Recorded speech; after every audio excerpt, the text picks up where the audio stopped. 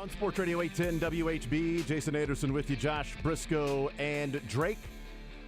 We had up until 2 o'clock. We've got you for the next 4 hours. We'll talk some baseball. We'll talk some football today.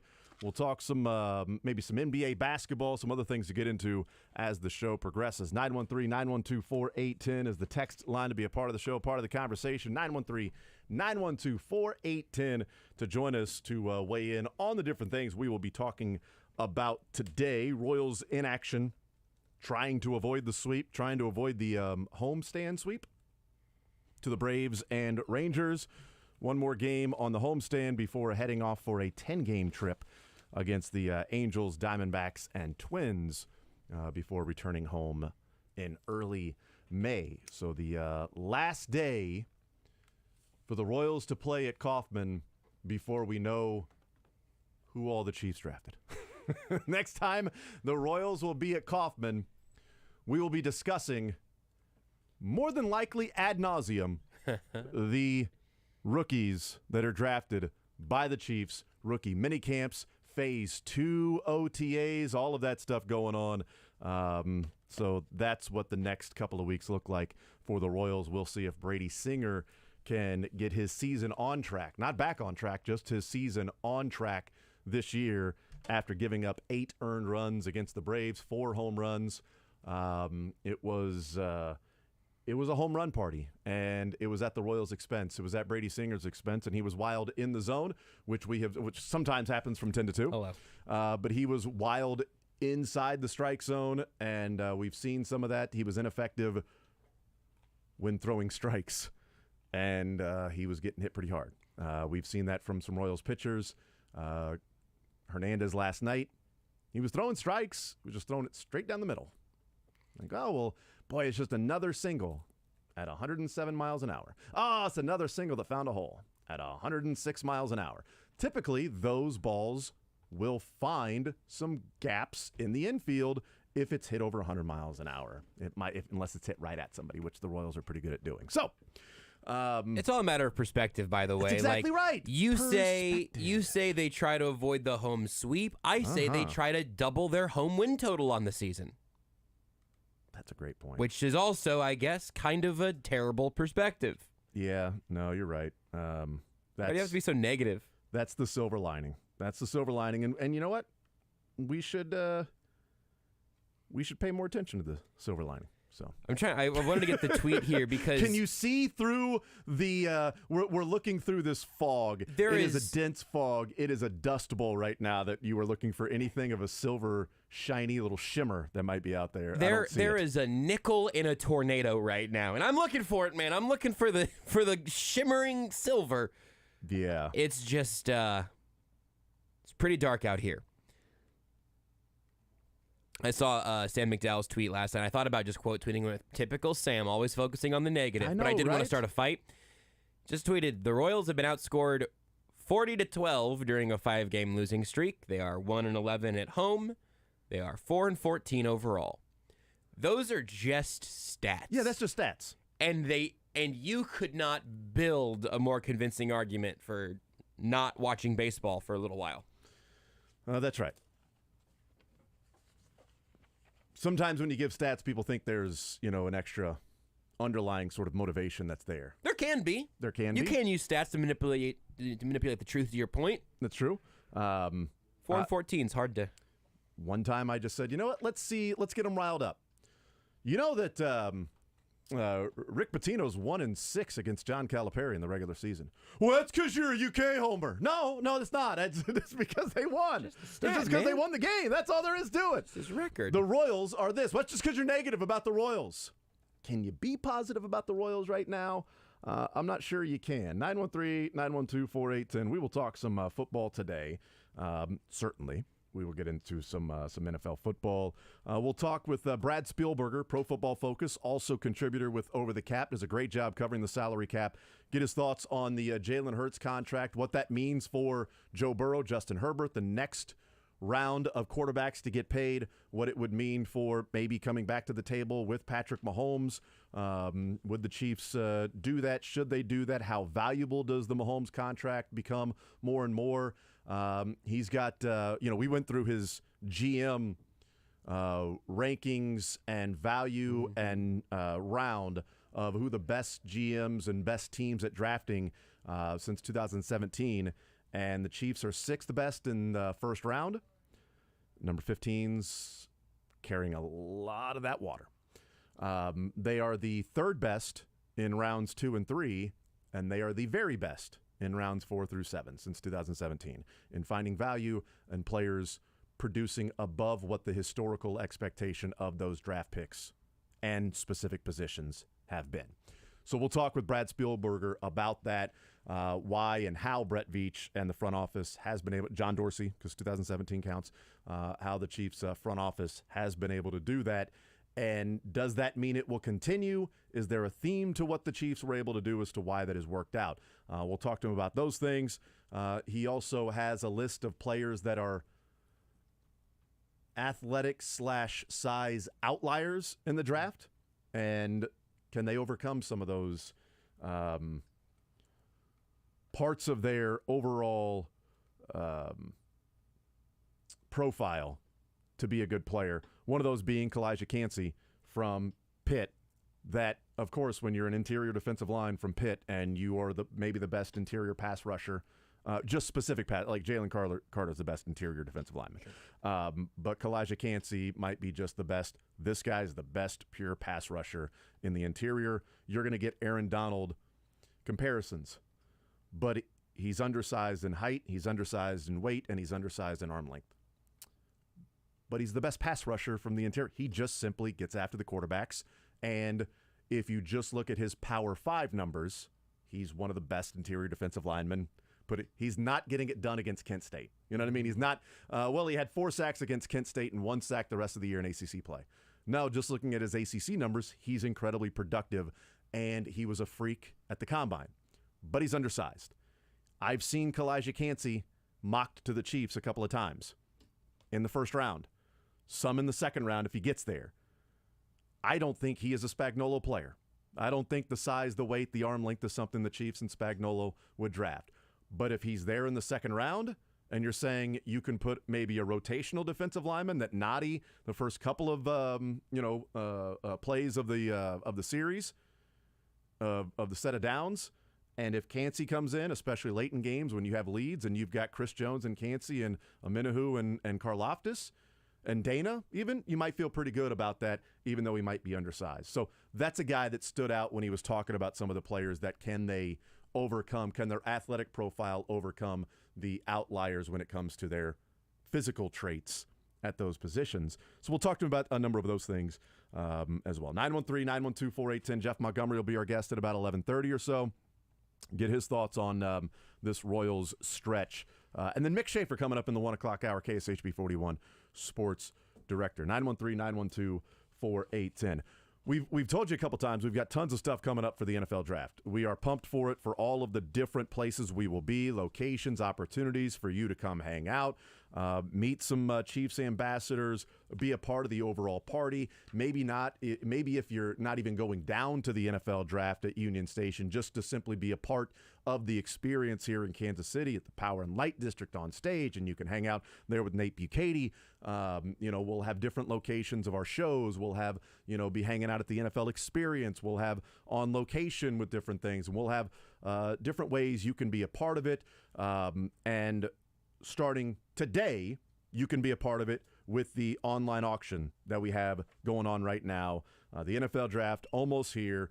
You can join Sports Radio 810, the Path to the Draft online silent auction, fundraising event benefiting those in need in the Kansas City community, the different charities that we give to, proceeds going to that. We've, throughout the years have supported many incredible local charities, City Union Mission, Mission Southside, Restoration House, Horizon Academy, Third and Long Foundation, Boys and Girls Clubs at Kansas City. So all of those different incredible local charities and organizations that the money will go to. Plus, you get an opportunity to bid on some pretty awesome prizes. There is a full-size Patrick Mahomes signed helmet. There's a Travis Kelce signed Super Bowl 57 football that's there. You've got Nick Bolton signed jerseys. You've got a Bo Jackson signed picture. You've got a Deuce Vaughn signed Big 12 champions football for K-State. Brady Singer jersey, George Brett autographs, and other cool things like you can get the 100-year anniversary J. Rieger whiskey. Bushnell has a really cool golf tour Patriot pack, so like rangefinder and different things like that. Tickets to the Path to the Draft event that we'll have. We'll have golf rounds, sporting tickets, Royals tickets, a lot of other things that you can get. Go check it out, 810WHB.com/auction, 810WHB.com/auction, and you can go and see all of those one-of-a-kind events. And the Patrick Mahomes helmet is the full-size salute to service helmet. So it's the matte green and camouflage helmet with the Mahomes on. So it's a pretty sweet, it's a sort of a one-of-a-kind. I've never seen that helmet signed by, Patrick Mahomes. And we've seen a lot of different auctions and we've seen a lot of different things that have Patrick Mahomes autographs. That looks like a one-of-a-kind type deal. And how about that? Someone who has served. Somebody who's a Chiefs fan, a Mahomes fan that has served. That's one heck of a gift. The full-size salute to service helmet for Patrick Mahomes. So the only good reason for Patrick Mahomes to ever be near any helmet color other than red, right? Like that's right, this, yes. This is going to be a hard thing to grab. I guess we've seen some other Chiefs versions, but Patrick Mahomes on a green helmet just made me uncomfortable when you said it. I'm looking at it now. It's that nice, yes. dark forest green or whatever. Right. Again, you've seen the salute service hoodies and stuff that the Chiefs right, wear. Absolutely. It's fitting in that color scheme. Very, very cool. Yep. And it's a full size. It's not a mini helmet. It's one of those full size helmets. Because there's a number of mini helmets, Nick Bolton mini helmets, things like that. The Nick Bolton Super Bowl 57 mini helmet. Have you seen that one? I loved the Super Bowl logo this year with the Arizona color scheme and everything. You may see that one in my man cave soon. I was going to say, hey, Jason, 18WHB.com/auction. Yes, that's right. To go up with the Nick Bolton autographed jersey. So not from the auction that I've already purchased in my life. So I got that one going for me, which is nice. I like this 57 one. Also, we know of some sort of events that'll be going on. Wednesday, Nate Bukaty will be performing live on stage while the big party will be hosted by Lainey Wilson. So she'll be emceeing it. Nate Bukaty will be performing his latest album, songs off of his I think that's the order album. Of those. Yeah, for absolutely. sure. And he was a great cast member on Yellowstone. Yes. With Nate Bukaty. He has a beautiful voice. And I love Lainey in the morning. Yeah. Her and on Steven. the Border Patrol. That's right. So no, Lainey Wilson will be at Power and Light District living room area, the free concert Wednesday night. So those who are Yellowstone fans or are Lainey Wilson fans or are fans of bigger, like automobiles, like not necessarily a trash truck, maybe a dump truck, things like that. You could be there at Power and Light District and hang out there on Wednesday night. 913-912-4810 is the text line. I actually apologize for that one. Lakers and the Grizz in action tonight right here on Sports Radio 810 WHB. Game 2 of that. Suns and we're surviving. opening with basketball. Thanks, Jason. I think it's a great point. Devin Booker, what a guy. Hey, you know what? He is my favorite Missouri player's son. See, he is absolutely that. You don't hold the Kentucky thing against him, right? No, not at all. I get to be around him. See, this is perfect. Did you ever get to find out what he smells like? He smells like what you would expect him to smell like. Oh, perfect. He smells like dreams and splashes. Does he smell like millennial Kobe? That's right. That's right. No, I got to hang out at a sports bar for like 2 hours with Melvin Booker. That seems like a good hang. Before a UK game when they were playing in Louisville, and I looked over and I'm like, that's Melvin Booker right there. Yeah. Like, who in this bar is going to know that that's Melvin Booker? So I went over, introduced myself, and we hung out and talked. Oh. They were just there sort of pre-gaming, having some dinner, some meal, and he was cool with it. I'm like, hey, I'll let you do it. He's like, no, hang out. So the whole family was there. Oh, my goodness. So I appreciate Devin do it because I got to hang out with Melvin Booker. So it's all good in my hood. Devin Booker is the only active athlete who I could think of who, if he just walked into the studio at some point, you would have to help me. Like, I just think I Really? might. I don't know how. Okay. I don't know that I would be able to contain myself. Well, who would? I mean, look How at could him. you? I mean, he's perfect. He's perfect. Come on. I love Devin Booker so much. The only thing that and if Sam Decker walks in this room, then maybe you might see Devin Booker go, I'm actually going to go somewhere else. Can I be Sam Decker's probably in his dreams, nightmares at least. So that would be Mr. Harlan. As long as Giannis isn't behind him, Mr. Decker Harlan. as long as there's no Bucks. That's right. All right, so a lot of Chiefs we'll get into and talk about today. The booze came down last night, which It's been coming down a lot at Kaufman. there BOOS. Yeah, that's right. It's not the first time this year. It's been a couple of days now. Monday there were boos.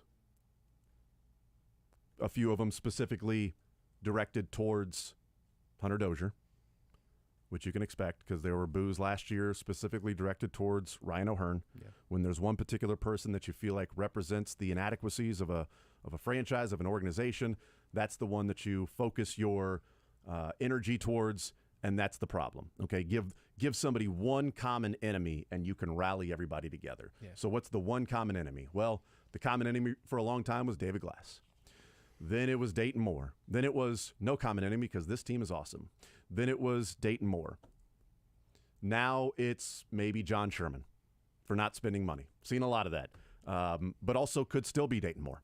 But one common but last year was O'Hearn, Matheny, Cal Eldred. Cal Eldred was a big one. Definitely. And this year it seems to be Hunter Dozier. But there are a lot of issues with this team. So the boos came down on Monday. They came down last night. Let's hear Bobby Witt, who in the clubhouse last night assembled media, but Jesse Newell talking with him about the slump this team is in, and then there's the follow-up here from Jesse Newell about hearing the boos. Here's Bobby Witt on how to get back to winning. Just move on, get to the next day, and just keep pushing forward. I know people say it's early and this and that, but we just got to keep working. Got to keep grinding out things and just keep trying to push. And I know at times things can get hard. You can hear it just from all the outside noise and everything, but you just got to try to keep a positive mindset, and that's what it is. We're not trying to go out there each and every day, try to lose every game. People don't see the work that we're putting in for the game, before everything, and so that's what we can continually doing, and I think just got to keep learning, and it's part of the game. It's a game of adjustments. The great guys adjust pitch by pitch. The good guys adjust at-bat by at-bat, and then the good kind of go on and on. So we're kind of working through that, just making adjustments. That's part of the game. Yeah, you heard some fan frustration there in the sixth inning, some boos and stuff. I guess what are your thoughts when you're hearing stuff like that? Motivation for sure. We're trying to put on a show for them, so whenever they do that, just try to motivate, and motivates us, just trying to get better. And so I think that's what we keep doing. Not that we like to hear it, but I think that's something that we'll kind of just keep working. I like the answer there. I mean, you're not going to come out and go, we'll bleep them. Who do they think they are? Look, I'm not necessarily a boo guy, but I don't care if somebody is. You pay money to go out there. It might be one of the few games you get to go out to. Spend your discretionary income. Not a lot of that right now. There's issues going on with maybe not having as much. And so you spend the money, you go out there, and a performance like that when they lose 12-2, yeah, I can understand some boo birds coming down when it's base hit after base hit after base hit, walk, 8 walks in the game, 5 of them come around to score. Like, that's embarrassing. Shouldn't happen in a game. And so I can understand people being frustrated and upset. I would say from the Royals' perspective, it's better to have fans there booing than not hear the boos because nobody's in attendance. Absolutely. The A's are going through that right now. In fact, the A's are planning a reverse boycott for June 13th.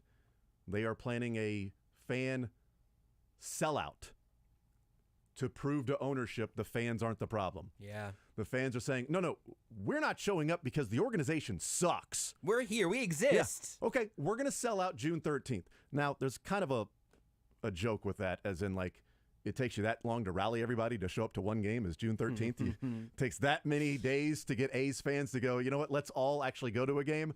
The reasoning makes sense.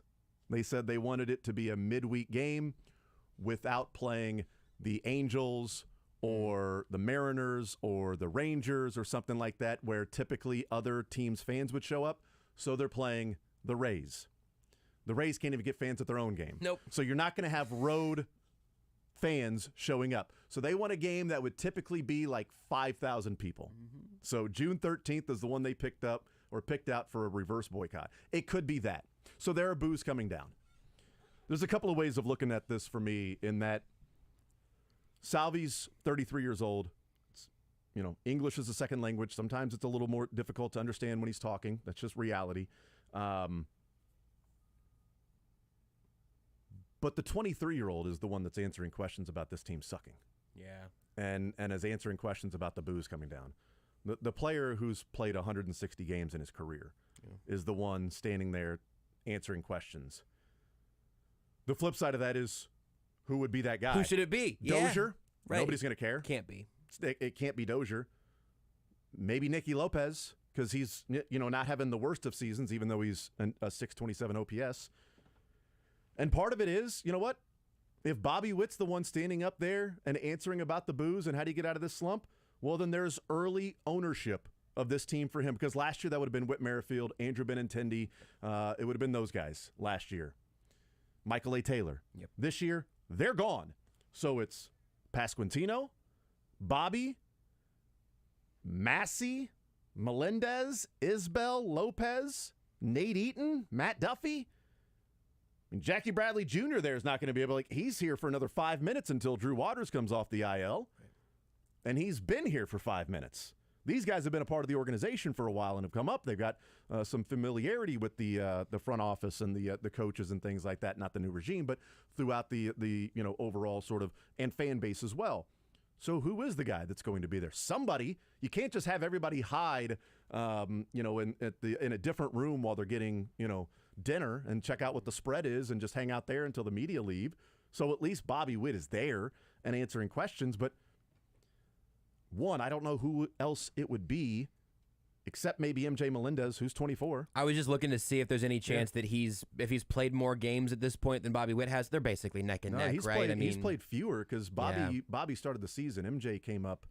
I don't think MJ started. MJ had 129 last year. Yeah, so he didn't start the season. No, but he's got 145 games. He's like 20 games fewer. They're basically, that's what I'm saying. They're basically neck and neck, and maybe it could also be Pasquantino, but you're also talking about somebody who's maybe a year older in life, but he's got 20 fewer games in the big leagues. Like, that's who is relied upon right now. Is, hey, players, what's going on in here? Bobby Witt, I don't know. I'm 23 years old. Like, this is the second year I've been in the big leagues. I'm just trying to figure out how to get hits right now. Right. I'm trying to figure out how to get on base.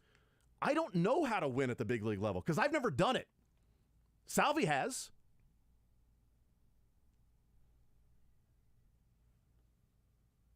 Matt Duffy, he certainly has. He's won a World Series, right? He has the context of... He got the big ovation because when you win a World Series with the team, you get remembered and things like that in San Francisco. He has the context of Major League Baseball playing time, but having the context of the Royals in particular feels important to all of this. Like, understanding last decade of frustration, almost a decade, and then what happened a decade ago, that's important to the fans' frustration at this point. It's a bunch of young guys that have never done it before with a coaching staff that's never done it before. Right. Manager in his first time managing, Brian Sweeney his first time being the pitching coach. And everybody's sort of learning on the fly. While maybe they're trying too hard. George Brett this morning on the Border Patrol, try easier. The great line from George Brett. And when you get into these slumps, you try harder. And the Royals, in this 5-game losing streak, they are 4 of 41 with runners in scoring position. It's 0.97 if you're scoring at home. 4 of 41 in the 5-game losing streak. Braves and Rangers are 15 of 39. They're batting almost 400 with runners in scoring position. And that's how you lose 40-12 in 5 games. So the question would be, and we'll take a break and we'll talk some football. The question would be, do you find a silver lining in the fact that there are 41 plate appearances or 41 at-bats for the Royals as opposed to 39? Or do you go, well, yeah, when you get a guy at second with nobody out and you don't score him, you don't come through, that's 3 at-bats.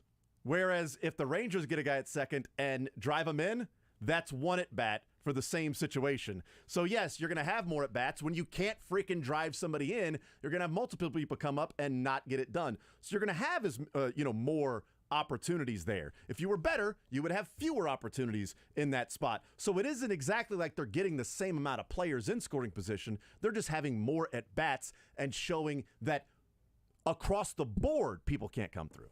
Across the board, it's an inability by this team to get a big hit, to drive home a big run, and to keep yourself in a game. And the margin is so razor thin with this team, with a bunch of young guys who are figuring out how to even play Major League Baseball. And then we have to take a break. I've got a take on the booing that I'd like to share, but I guess that just makes it a negativities this time. How far we've fallen. Boo this man. I deserve it. You're in the zone with Jason Anderson on Sports Radio 810 WHB. All right, we told you the Lakers and Grizzlies in action tonight in Game 2. They're in Memphis, the NBA, with 3 games on the docket tonight, 6:30, 8 o'clock, and 9 o'clock. Game 2s for the Eastern Conference first round, Heat and Bucks. Western Conference first round, T-Wolves, Nuggets, Lakers, Grizz in the Western Conference. It is DraftKings Sportsbook, an official sports betting partner of the NBA, getting you in on the excitement, the action, with the touch of a button. New customers can make a $5 pregame moneyline bet, score $150 in bonus bets if the team wins. Plus, everyone can score a no-sweat same-game parlay every day during the NBA playoffs. Open the DraftKings Sportsbook app, opt in, place a same-game parlay on any NBA game, and if it doesn't hit, guess what? You'll get a bonus bet back up to $10. New customers, download the DraftKings Sportsbook app, sign up with code 810WHB. That's code 810WHB, only at DraftKings Sportsbook. Gambling problem? Getting help is your best bet. Call 800-522-4700. 21 plus, physically present in Kansas. Bonus bets expire 7 days after issuance. Opt-in required. One bet issued based on amount of initial losing NBA bet. Eligibility, wagering, and deposit restrictions apply. Terms at sportsbook.draftkings.com/basketball terms. On behalf of Boot Hill Casino and Resort. Do you remember who believed in you? Well, I have a great opportunity to pay it forward by being a big brother or a big sister. Big Brothers Big Sisters of Kansas City has kids ready to hang out, play catch, or catch some fish. Now's the time. It's the Big Draft event. Sign up, attend an information session, and you and a guest are invited to the Big Draft event on day 1 of the draft in the Crossroads. Go to bigdraft.org and sign up today. Big Brothers Big Sisters of Kansas City. An alternative to high interest rates and high prices. Mercedes-Benz certified pre-owned cars. This is Mike Reed, the pre-owned manager at Mercedes-Benz of Kansas City. We have interest rates as low as 2.99% on select models. And we have the largest selection of certified pre-owned Mercedes-Benz products of the year, all with unlimited mileage warranty. See us today at Mercedes-Benz of Kansas City, 1/2 mile east of State Line on Highway 150 or online at mbofkc.com. 2.99 with qualified credit for 36 months. Ends December 31, 2022. Hello, Kansas City. Joe Spiker, Easton Roofing here. Do you have your furnace inspected each year? Probably so. Do you have your roof looked at every year? No? Call us today for a free roof checkup. If we find an issue, we will write you a proposal right there on the spot. If your roof is all good, we'll leave you with the peace of mind knowing the best roofing professionals in Kansas City said you're all set. Inspections are always free and suggestions are built on integrity. Easton Roofing. Integrity matters. If you were at the first ever 420 Flower Fest last year at Relief Resources Dispensary, you know why over 3,000 fellow festival goers called it the biggest cannabis event in the Midwest. And if you weren't there, don't worry. It's back. The second annual 420...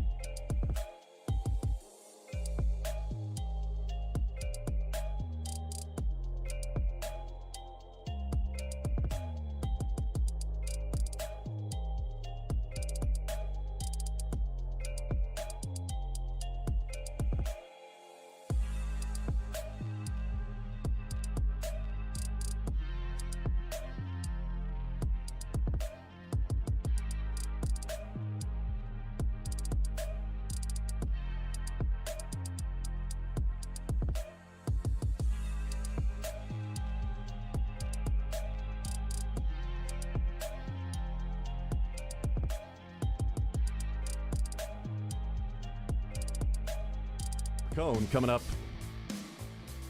in about 10 minutes from now.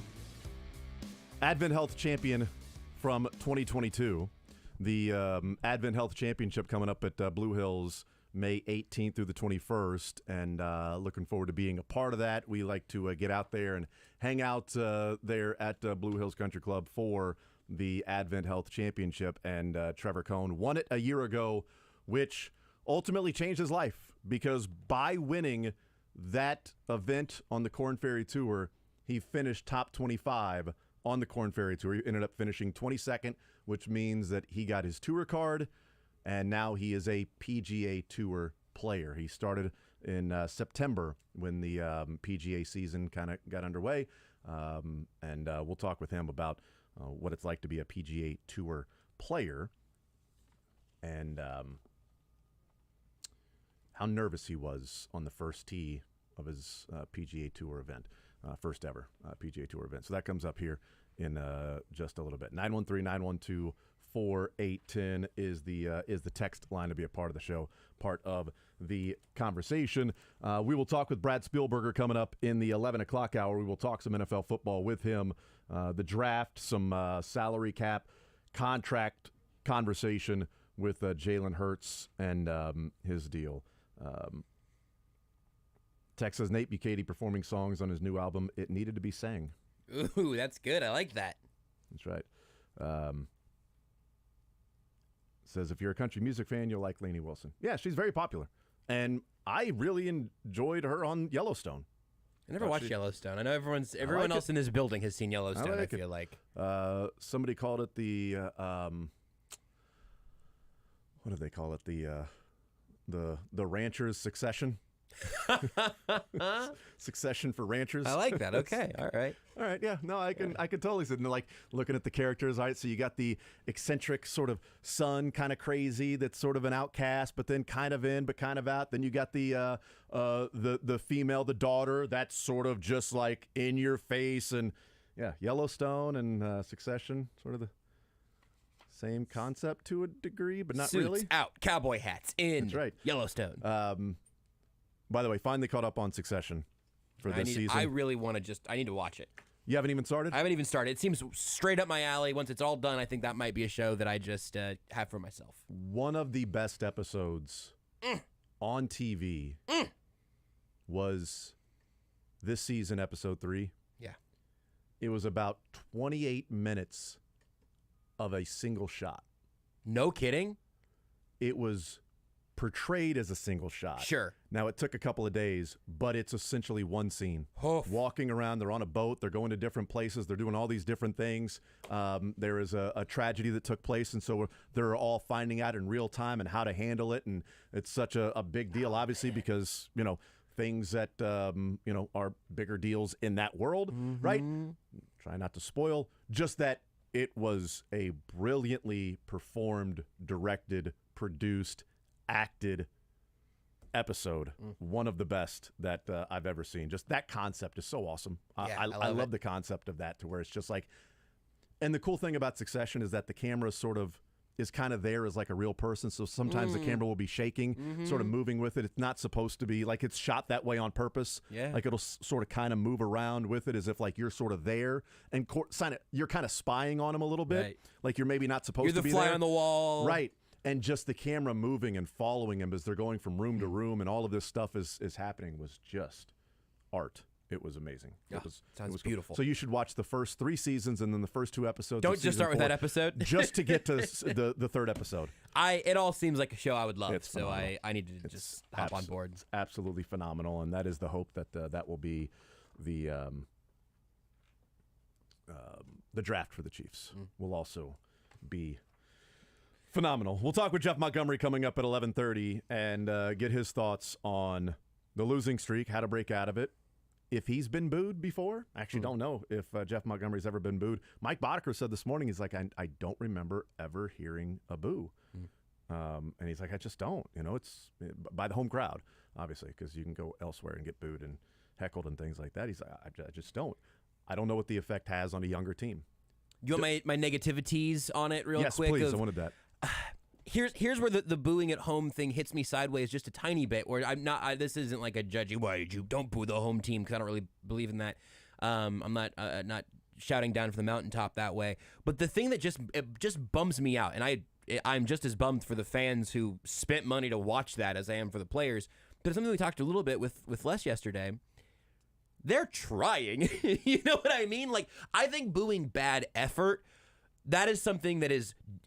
Bad effort is disrespectful to the people who paid to be there, to your fans, to the city you represent, all of those things. Which I also think if you're booing, if you think ownership, and I think it might be too early to make that judgment here too, but in general, if you're booing ownership or management or the things that have allowed the product to become a negative force on your city that you love, on this team that you most likely grew up loving, that for baseball's sake you grew up with your parents or grandparents loving, booing Hunter Dozier doesn't do anything for me because that's not going to help, right? Mm-hmm. Hunter Dozier didn't hear those boos and go, oh, yep.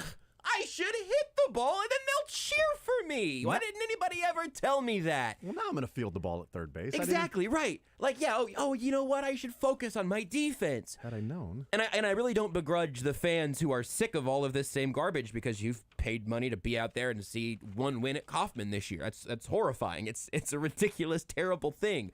But I also just I personally don't get any satisfaction out of this idea that now Bobby Witt Jr. has to, as we talked about in the last segment, he has to be the face of the franchise who stands up there in the clubhouse and answer questions about how 18 games into the season, they have lost their fan base, like in a violent way.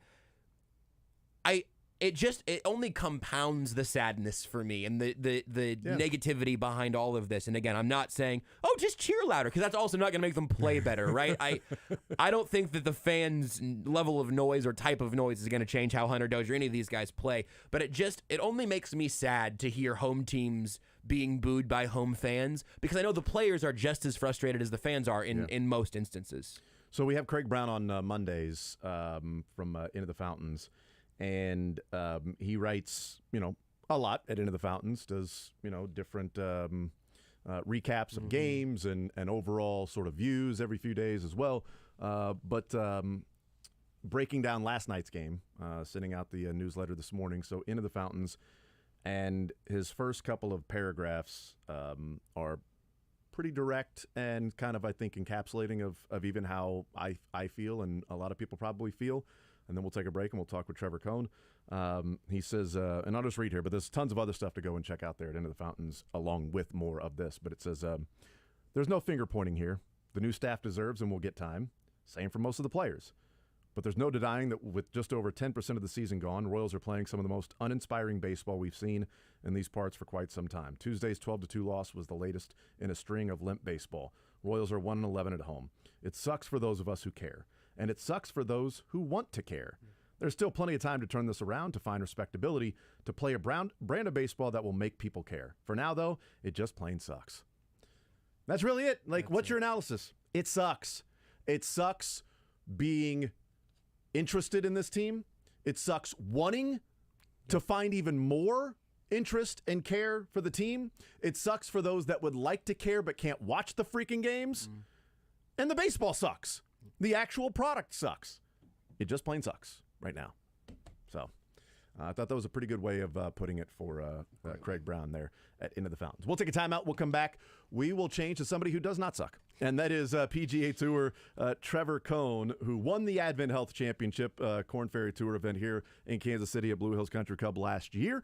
And that comes up May 18th through the 21st. We'll talk with him about what that was like, getting his tour card, and different things along the way. Like, I don't know, should golfers have walk-up music?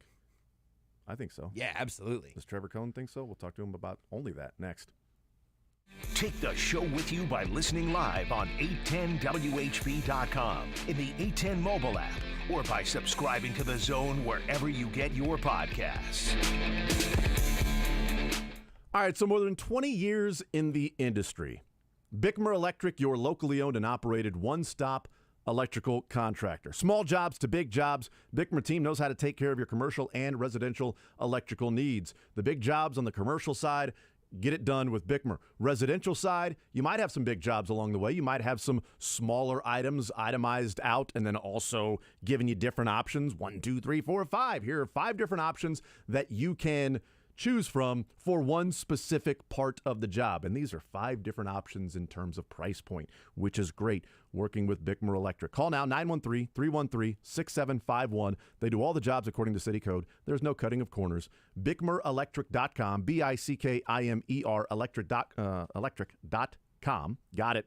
Ask about the Safe Home Plan. It includes 2 comprehensive maintenance inspections each year, and you enjoy the priority service guaranteed within 24 hours during regular business hours and 15% off on all repairs. BickmerElectric.com, BICKIMER electric.com, 913-313-6751, Bickmer Electric. Stephen St. John here. As we know, interest rates are up, so you may be considering some home improvements to your car.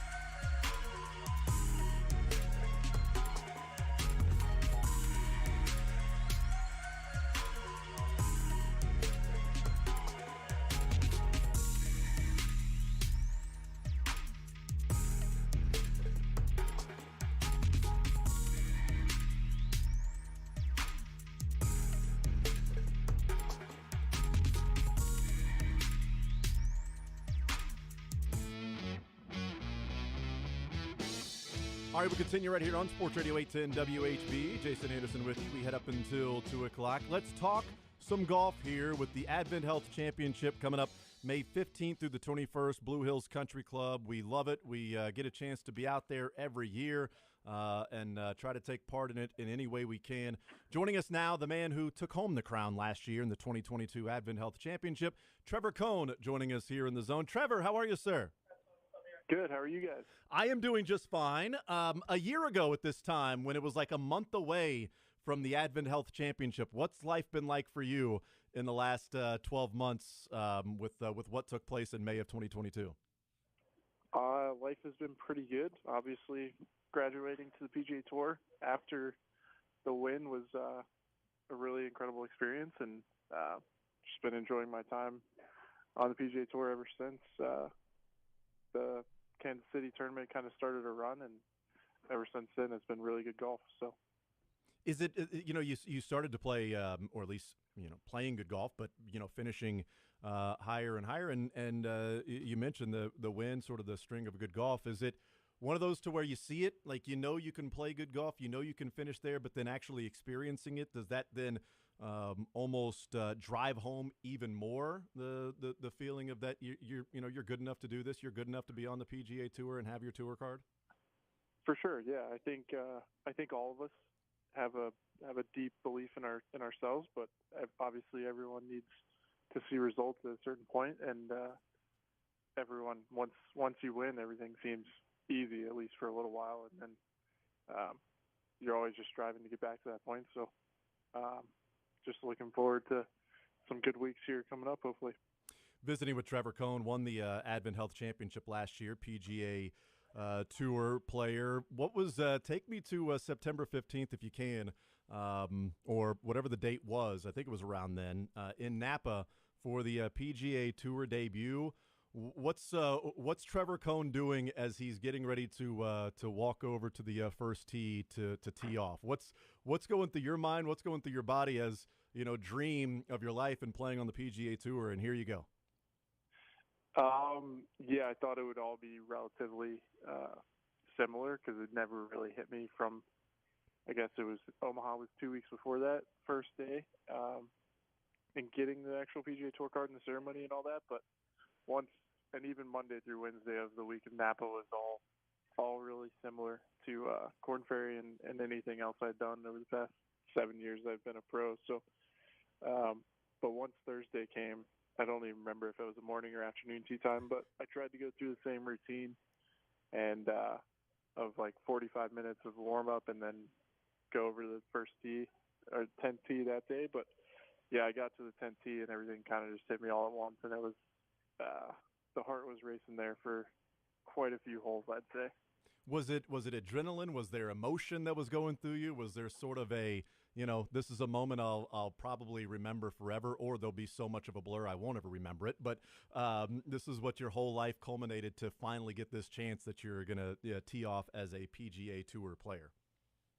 Yeah, I think it's a combination of both. I think it's a little bit of a blur because you're the first one that's honestly asked about it since, but it's certainly a moment I'll never forget for sure. And I think the part I'll never forget is the fact that I birdied my first hole of my PGA Tour career. So that was a pretty cool experience. And then I think it still took like 6 or 7 holes before everything kind of slowed down. It was a wild experience. Usually we all have the first tee jitters every week, but this was a whole nother level. Yeah, that's awesome. You birdied because I'm thinking to myself, like, all right, I don't like teeing it up when there's a group behind me that's watching. All right, so it's a little different than you playing in the ACC and you've had some experience with people watching and everything and some pressure. But I would just imagine myself, that ball is just going to fly straight right or straight left, or I just chunk the ground and it's embarrassing. That would be my concern. But you get up there and birdie the first hole. I mean, come on, that's ice water in the vein. There's nothing to worry about there, Trevor. Yeah, that's the funny part though, because it's the hole itself was probably a 3-wood for most guys, and I told my caddy, I was like, we're not messing with chunking a 3-wood possibly, so we're taking the most the highest tee we can get for that first tee shot. That's a great one. That's awesome. Trevor Cohn is our guest. He won the Advent Health Championship last year at Blue Hills Country Club. That comes up in May 15th through the 21st. As you go through life on the tour, you want to win each and every week and all of that stuff. There's pressure and there's a goal to get the tour card. Does it become even bigger, sort of the pressure and the stress to try to maintain the tour card, to make sure you're playing golf at a level? Because I don't think maybe the average fan knows, that that part of making sure you stay on the PGA Tour. Yeah, I think that that probably mounts the farther into the season you get. I mean, we're probably almost maybe just over halfway, maybe right at the halfway point, and I obviously haven't had the greatest season so far, but yeah, I think you really want to prove that it's not one and done type situation that you belong out here. So I think it mounts, but as long as you put in the work and know you're working as hard as you can, if the results will come at some point. So, but I think there's a happy medium in there somewhere. You got to enjoy your time and just do the best you can. Whether it works out or not is one thing, but just to fulfill the dream is something that not a lot of people get to do. So you just have to think about that occasionally and remind yourself how lucky you are. Trevor Cohn is our guest. Now, we talk about the first hole jitters that happen as you're going up to the tee and maybe with you back in Napa when that took place. I've always wondered, like in the first hole especially, maybe not every single hole when you go up to the tee, but should it in order to calm that, should golfers have like walk-up music like baseball players have and just rock out or some sort of a song that goes on when you're walking up to the tee? Because, baseball players have that and it sort of gets them in the mood. With golf, should there be like a walk-up music for the first hole? I think that would be a cool experience. I mean, obviously, I think they used to do that this week. We're here in New Orleans at the Zurich Classic, and I think they've done that the past few years since it's a team event. I don't know. I could probably report back after this weekend, but it couldn't hurt. That'd be great. I would love that. What would your song be? Yeah. Everybody always has like their walk-up. What's your walk-up song if you're in Major League Baseball? Everybody's got one. Do you have one in mind that would get you in the mood and ready to go and drive one right down the middle of the fairway in the first hole? I think the simple answer for me, being a Virginia Tech grad, is probably Enter Sandman. Okay. That's just the classic. There you go. It's always pumps us up to go to football games, and they put that on before the team runs out of the tunnel. So perfect. Yeah, that would make total sense. Trevor Cohn is our guest. Okay, hole-in-one or albatross? What would you rather accomplish on the PGA Tour? Oh, that's a tough one. I've never had an albatross, so I would say albatross. Okay. Surprisingly enough. Yeah. Shocking. I've never had either, so I don't really know. How many holes-in-one do you have in your career? I have 4. Okay, yeah. No, I've made one in a practice round this year, if that counts. But that counts. Not in tournament play. You kidding me? That absolutely counts. So you've got 3 in tournament play and 1 in a practice round? I have 1 in tournament play and 3 in non-competitive. No, that absolutely counts. I mean, my father-in-law walks around like he's the greatest golfer ever because he's got 7 holes in one. He's never played in a tournament before, so I think your 4 count. Okay, Trevor Cohn is our guest, and then last one for you, best shot of your life. Can you think back to one that was like, that sticks out above the rest? This was maybe the best shot that I pulled off in my career.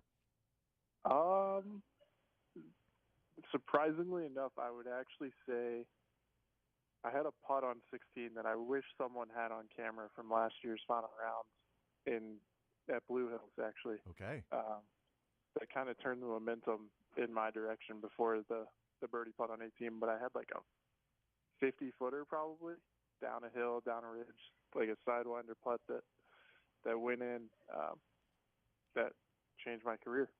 I'm going to try to find video of that. You know what? I'm going to get a hold of Blue Hills Advent Health. I'm going to try to find video of that somewhere. If you do, please send it to me. 16th hole, final round on the green, the putt.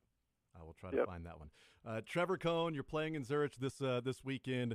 Winner of the Advent Health Championship. There's certainly talent all over the Korn Ferry, and you were one of them as you won it last year and now playing on the PGA. Trevor, really appreciate the time. Best of luck this weekend as the season progresses as well, and I appreciate you joining us today. Thank you. Yeah, everyone go out and support the Korn Ferry Tour. What is it, 15th through 21st? May 15th through the 21st. That's right, Blue Hills Country Club. So it should be a lot of fun coming up a month from now. Yeah. That's been on the schedule. Absolutely. That's awesome. Trevor, thank you so much for the time. I appreciate it. Best of luck this weekend, bud. Thank you. All right, Trevor Cohn, Blue Hills Country Club Advent Health Championship coming up May 15th through the 21st, as you said. Winner last year was Trevor Cohn. Find that video of the 16th hole, final round, the putt that he said changed his life. It's got to be on video somewhere. We'll take a timeout. Hey, we're on video back as well. We'll take a timeout. We'll continue rolling more zone. Right after this, it's presented by Google Fiber. Sports Radio 810 WHB is the official broadcast partner of the NFL Draft in Kansas City. We'll have live broadcasts from Radio Row, the NFL Experience, Union Station, Arrowhead, Power and Light District, Big Brothers Big Sisters Draft Night event, and from our broadcast headquarters. We'll bring you all the selections live as they happen, interviews with Brett Veach and Andy Reid, and introduce you to the newest Chiefs draft picks. So listen to the NFL Draft with me, Soren Petro, Curtis Siebold, and former Chief Mark Borichter on your home of the NFL Draft in Kansas City. Sports Radio 810 WHB. Hey, Brad. I thought you had a date tonight. Hey, Mom. She just left. Using my phone for a Wi-Fi hotspot backfired again. I keep telling you to get Xfinity. What happened?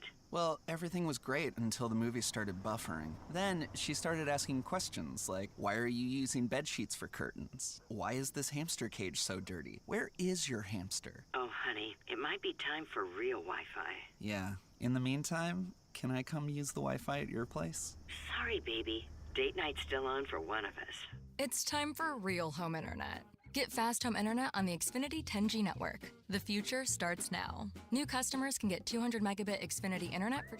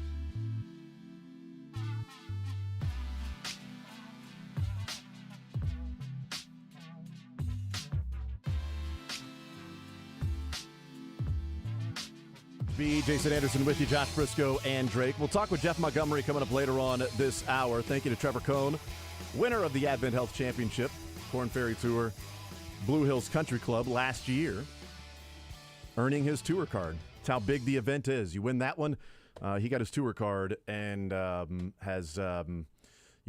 setting up for a huge career and paydays. You play well on the PGA Tour. And we got to reach out to Rick Amos to try to find video of the 16th hole. His putt on the green of the 16th hole final round, he said, was life-changing. Biggest shot of his life. Let's talk some NFL football now with Brad Spielberger. The biggest shot the Chiefs took, maybe of Brett Veach's life, was trading up along with John Dorsey and getting Patrick Mahomes, and that's all been pretty good. And the Chiefs are Super Bowl champions. We'll see what they do in the draft and other things. Brad Spielberger, Pro Football Focus, and also contributor with Over the Cap, joining us here in the Zone. Brad, how are you, sir? I'm doing great. How you doing? I am doing just fine. I want to start off before we get your thoughts on some draft players and also your really informative piece that you had in the study on the GMs and the front office and the drafts and day 1, day 2, day 3. That was great. We talked about it last week. But the Jalen Hurts contract, what's your reaction to it, and what do you maybe expect the structure to look like over these 5 years and maybe even in terms of cap hits? Yeah, so I think there are wins for both parties here. First, obviously, Hurts gets a good value, the highest, average per year in NFL history at $51 million. Is a great benchmark. I thought he maybe comes up just short of that. So from the Eagles side, the early year cash flows are kept pretty low, and that will enable them to spend some more money, add some more talent around him. It's something we've seen, in particular, Patrick Mahomes is almost an outlier level, very low early year cash flows, enable the Chiefs to, keep Chris Jones and add more players. So those are the two wins there. To the cap hit point, very funny you mentioned it because I think it's going to be very, very funny when it comes out. I have seen it. I'll wait till someone posts it out there. But I'll tell you this. Adam Schefter tweeted out the first 4 years of the cap hits, and they're all very, very low numbers. Yeah. That is because in 2027 and 2028, they could jump into the $70 to $80 million range in terms of cap hits. Somehow $150 million in 27 and 28 in cap hits between those two, something like that. So there will be void years tacked on. Yeah, so right. Up a lot of the money. But they're going to be gigantic in 27, 28. Yeah, we'll see what ends up happening with that. The practical guarantees on that, it's a term that's becoming more in vogue with these new contracts because here are the guaranteed, but here's what's practical. All right, it's going to cost them more money to cut them than it is to keep them. So is that practical that they're going to cut them and actually take more of a hit than just to keep them? Probably not.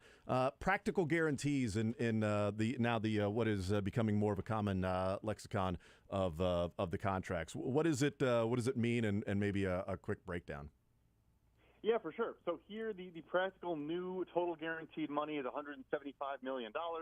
I got reported 179.3, but that's because Hurts is owed a $4.3 million salary this year, so that gets folded in. What it really means, the biggest takeaway is, it's another data point, another argument against these fully guaranteed contracts.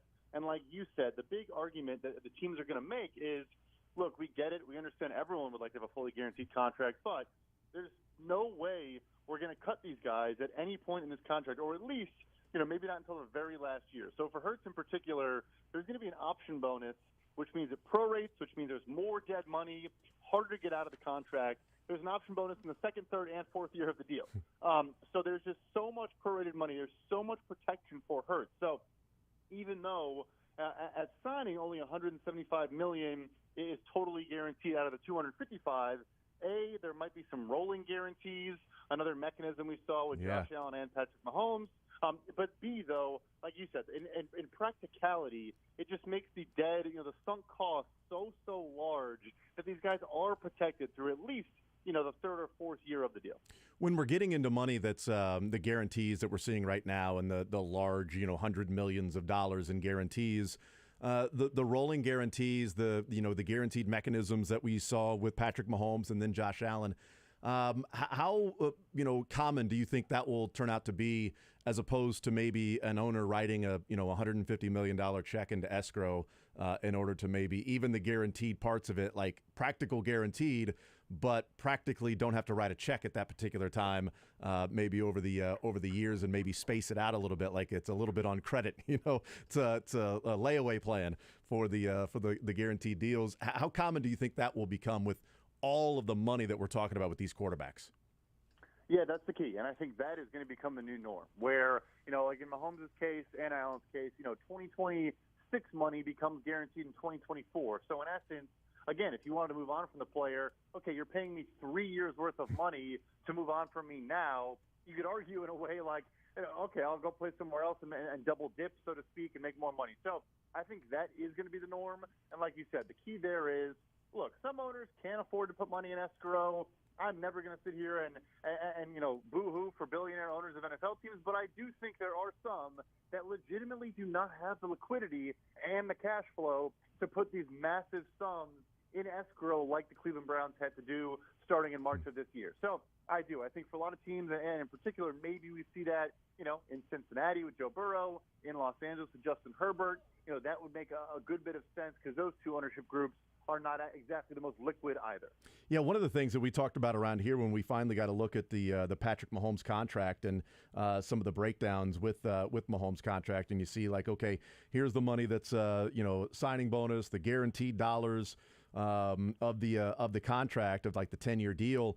But then when you look at what you talked about, like right now, Patrick Mahomes' roster bonus for 2025 is already fully guaranteed. That's almost $40 million. That's already fully guaranteed for 2025. That happened on March 19th of this year. So that means that right now he's fully guaranteed about $184 million of that contract, which is already, $40 million more than the original number of, hey, here's the guaranteed dollars of $140 million. And that to me is where, like, we first started talking around here of like a practical guarantee, because we're like, yeah, we're looking at it and people are surprised at the low guaranteed dollars, but they're not cutting Patrick Mahomes on March 17th of 2023. So he's going to get about $184 million regardless. And even after that, if they cut him, it's going to cost him $60 million against a dead cap hit. So then 2026 is going to start to kick in. Now you're talking about $222 million over the first 6 years of that contract in cash that he would receive.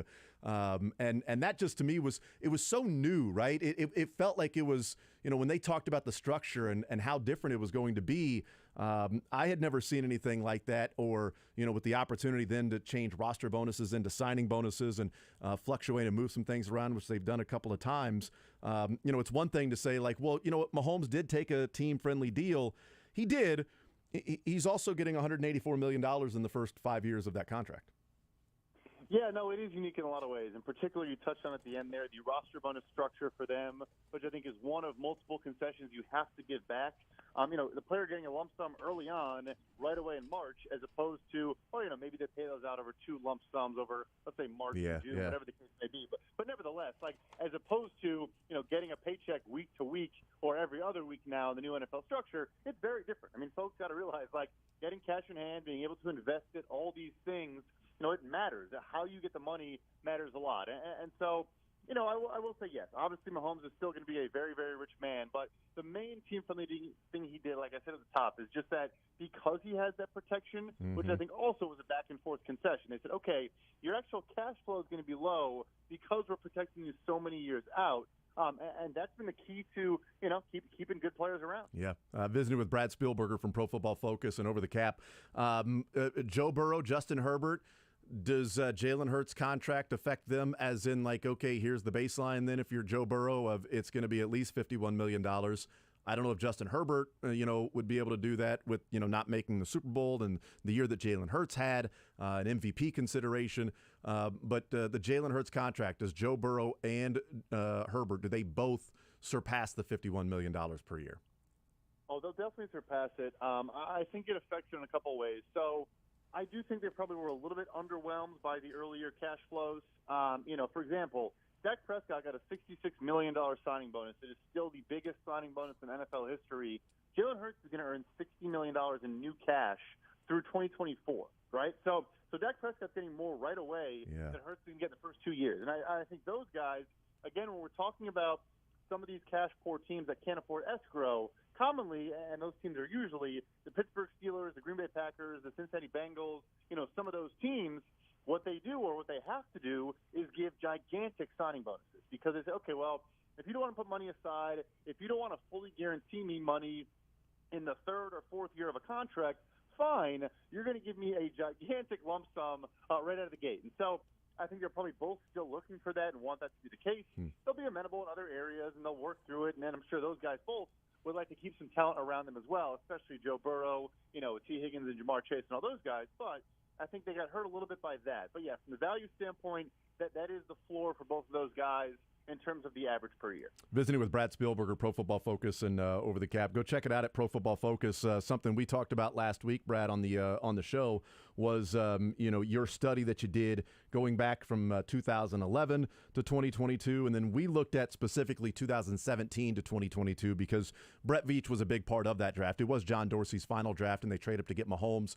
Brett Veach was a part of it. Right after the draft, they move on from Dorsey. Brett Veach takes over, and he's been the GM since then. So that 2017 to 2022, I just want to say thank you for having that being the cutoff because it was perfect for us to look at it from the Chiefs' perspective.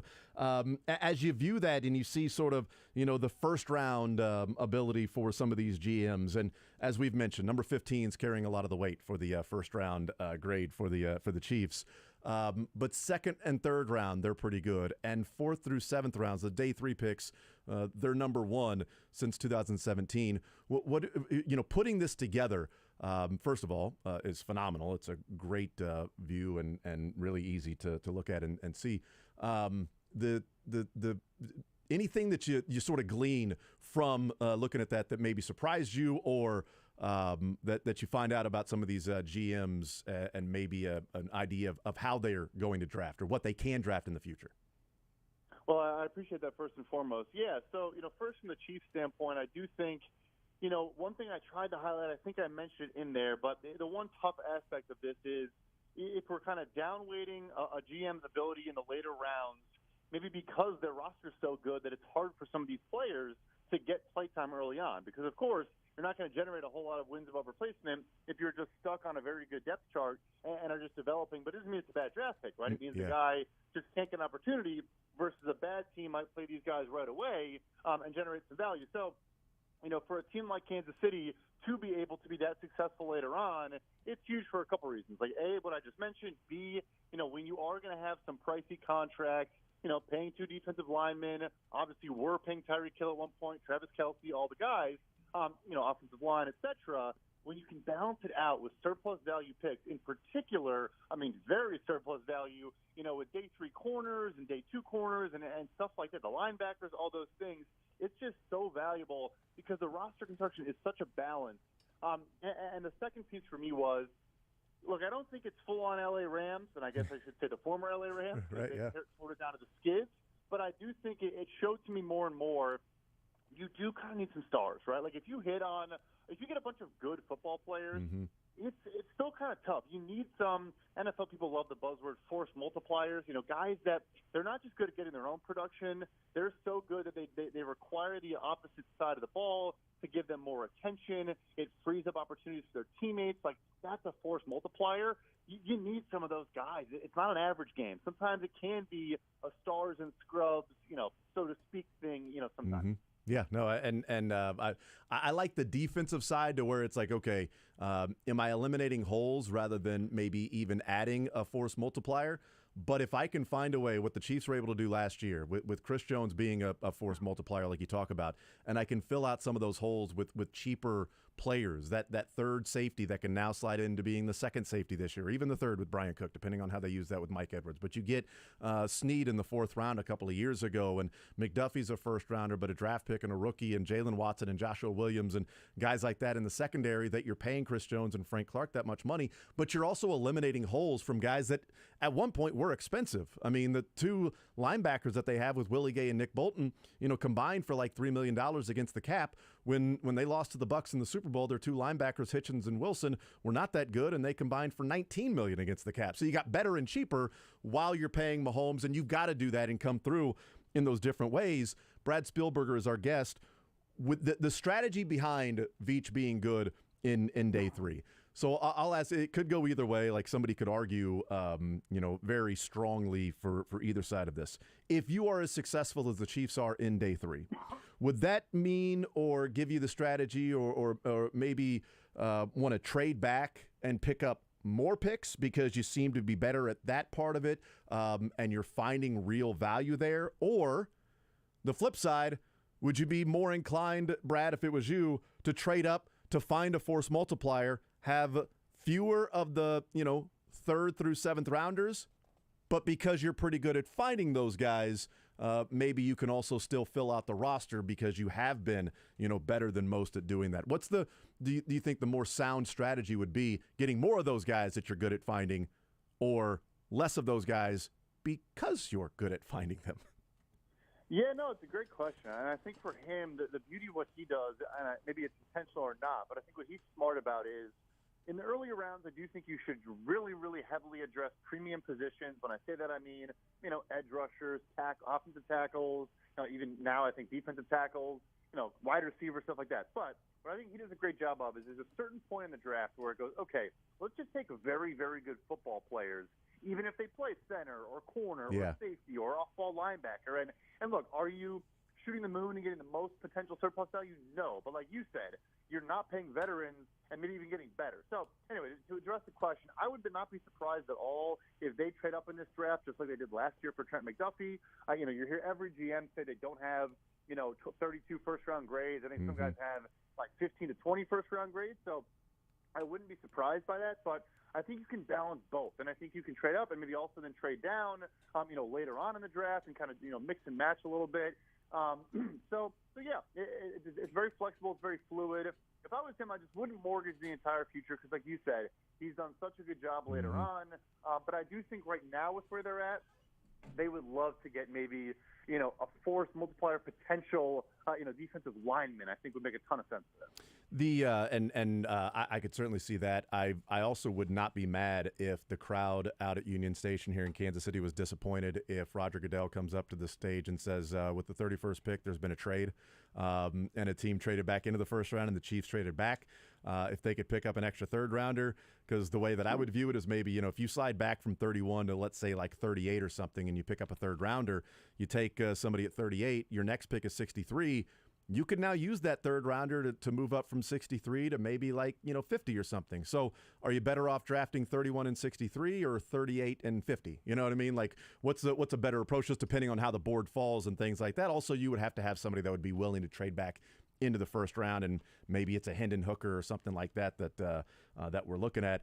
You mentioned defensive linemen and something like that. I have seen, I saw you talking about Calijah Kancey and an undersized guy and certain traits that are there for outliers. I've seen him mocked to the Chiefs a couple of times in different places.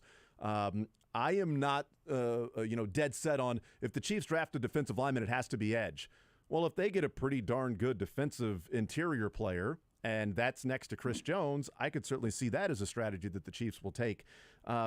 Kancey doesn't seem like a Chiefs guy, undersized with the arms, undersized with the weight and the height, but man, he can just simply get after the quarterback. Would it make sense for the Chiefs because Chris Jones is already a 3 technique and the guy isn't going to be very good against the run?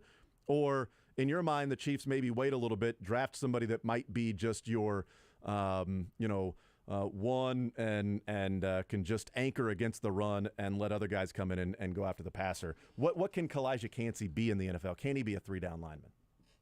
Yeah, so first I'll say, I agree that it's not just edge. I know we're seeing all the common names getting mocked to them. I think Will McDonald's their pick, and half the mock drafts you see guys like Felix Anzike-Uzoma, obviously from Kansas State. So I agree. I do think, at least early on, he's really not a 3-down player. I think he's almost would be kind of like your pass rush specialist that we're used to seeing on the outside, and maybe the NFL is now more open to, okay, this guy is like a obvious passing situation, interior defensive lineman. And I hear you, right, with Chris Jones, does that make a ton of sense? Arguably, no.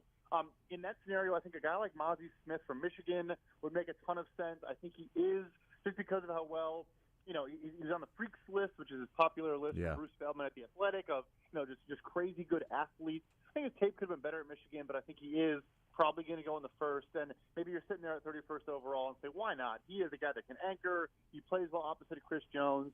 That could make a ton of sense. So, yeah, I think that's a totally sound strategy as well. Yeah, Keanu Benton's a guy that I'm looking at, too, that maybe if he's there in the second round, a guy that can, I think, could probably, start right away as just saying, all right, here's your nose tackle, one technique, day one starter, put him next to Chris Jones, and then Spagnuolo likes to move different guys around in obvious passing situations. Dana, Minahu, Karlaftis, last year with Dunlap, certainly Chris Jones on the outside, some things like that. So that's another guy I'm keeping an eye on.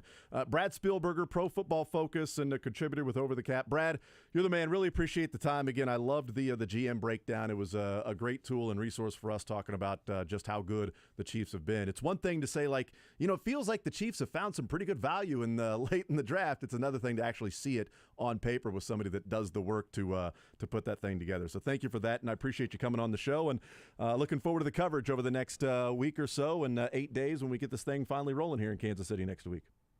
Well, thank you so much, and thanks for having me. Absolutely. There's Brad Spielberger. Again, go check it out at Pro Football Focus. It's great stuff. We talked about it last week, but pretty awesome, seeing it there on the screen in the breakdown. Some people are visual learners like me, and makes it so much easier. So, hey, visual learner, you should do radio. 913-912-4810. He mentioned Mazi Smith. I mean, I don't know that the Chiefs would take a one technique in the first round. I don't know. I can't see them doing that. That seems more like a second or third rounder, like a Derek Nottie type player.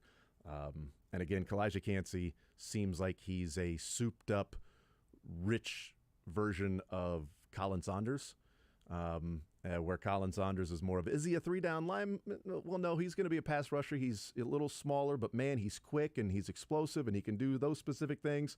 Again, I don't think the Chiefs are looking for that in the first round either. If you're going to draft somebody in the first round as an interior defensive lineman, it better be a three-down player. I'm not sure any of these guys that we've talked about are three-down players. Kancey is not, Mazi Smith is not, and Keanu Benton is not. I'll take those guys in the second or third round. Jalen Carter is, but you ain't getting him. We'll take a timeout. We'll come back. We will talk and see if the Royals will get a win today with Brady Singer on the mound. Jeff Montgomery, Bally Sports Royals Hall of Famer, will join us coming up next. Want to see more of The Zone? Watch the show live on the Sports Radio 810 WHB Facebook, Twitter, YouTube.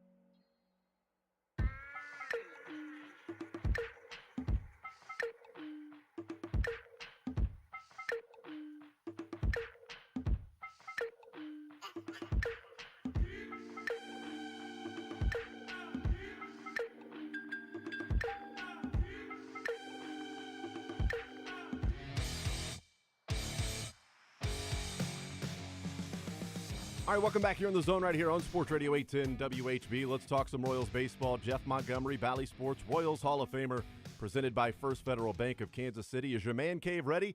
Complete your game day setup with a home equity line of credit from First Federal Bank of Kansas City. Get game day ready at ffbkc.com. Monty, what's up, man? How are you today? Well, Jason, I tell you, to be honest, I've been a lot better when we started talking Royals baseball. Since the last time we've talked, the Royals have not won a baseball game, and this afternoon here, potentially looking at being swept for the entire homestand. Yeah, it is. It's been rough. It hasn't been fun. It's been frustrating. What have you seen from this team then? I guess since we last talked on this homestand, that they've lost 5 in a row, and they are outscored 40-12 in these games that they have played. So, what are you seeing, unfortunately, from this Royals team? Well, it seems like every night I could point to something different. Whether it be last night, for example, inability to control the strike zone, a lot of walks, 5 walks on the evening. 8 walks on the evening, 5 of them score runs. The night before it was defense.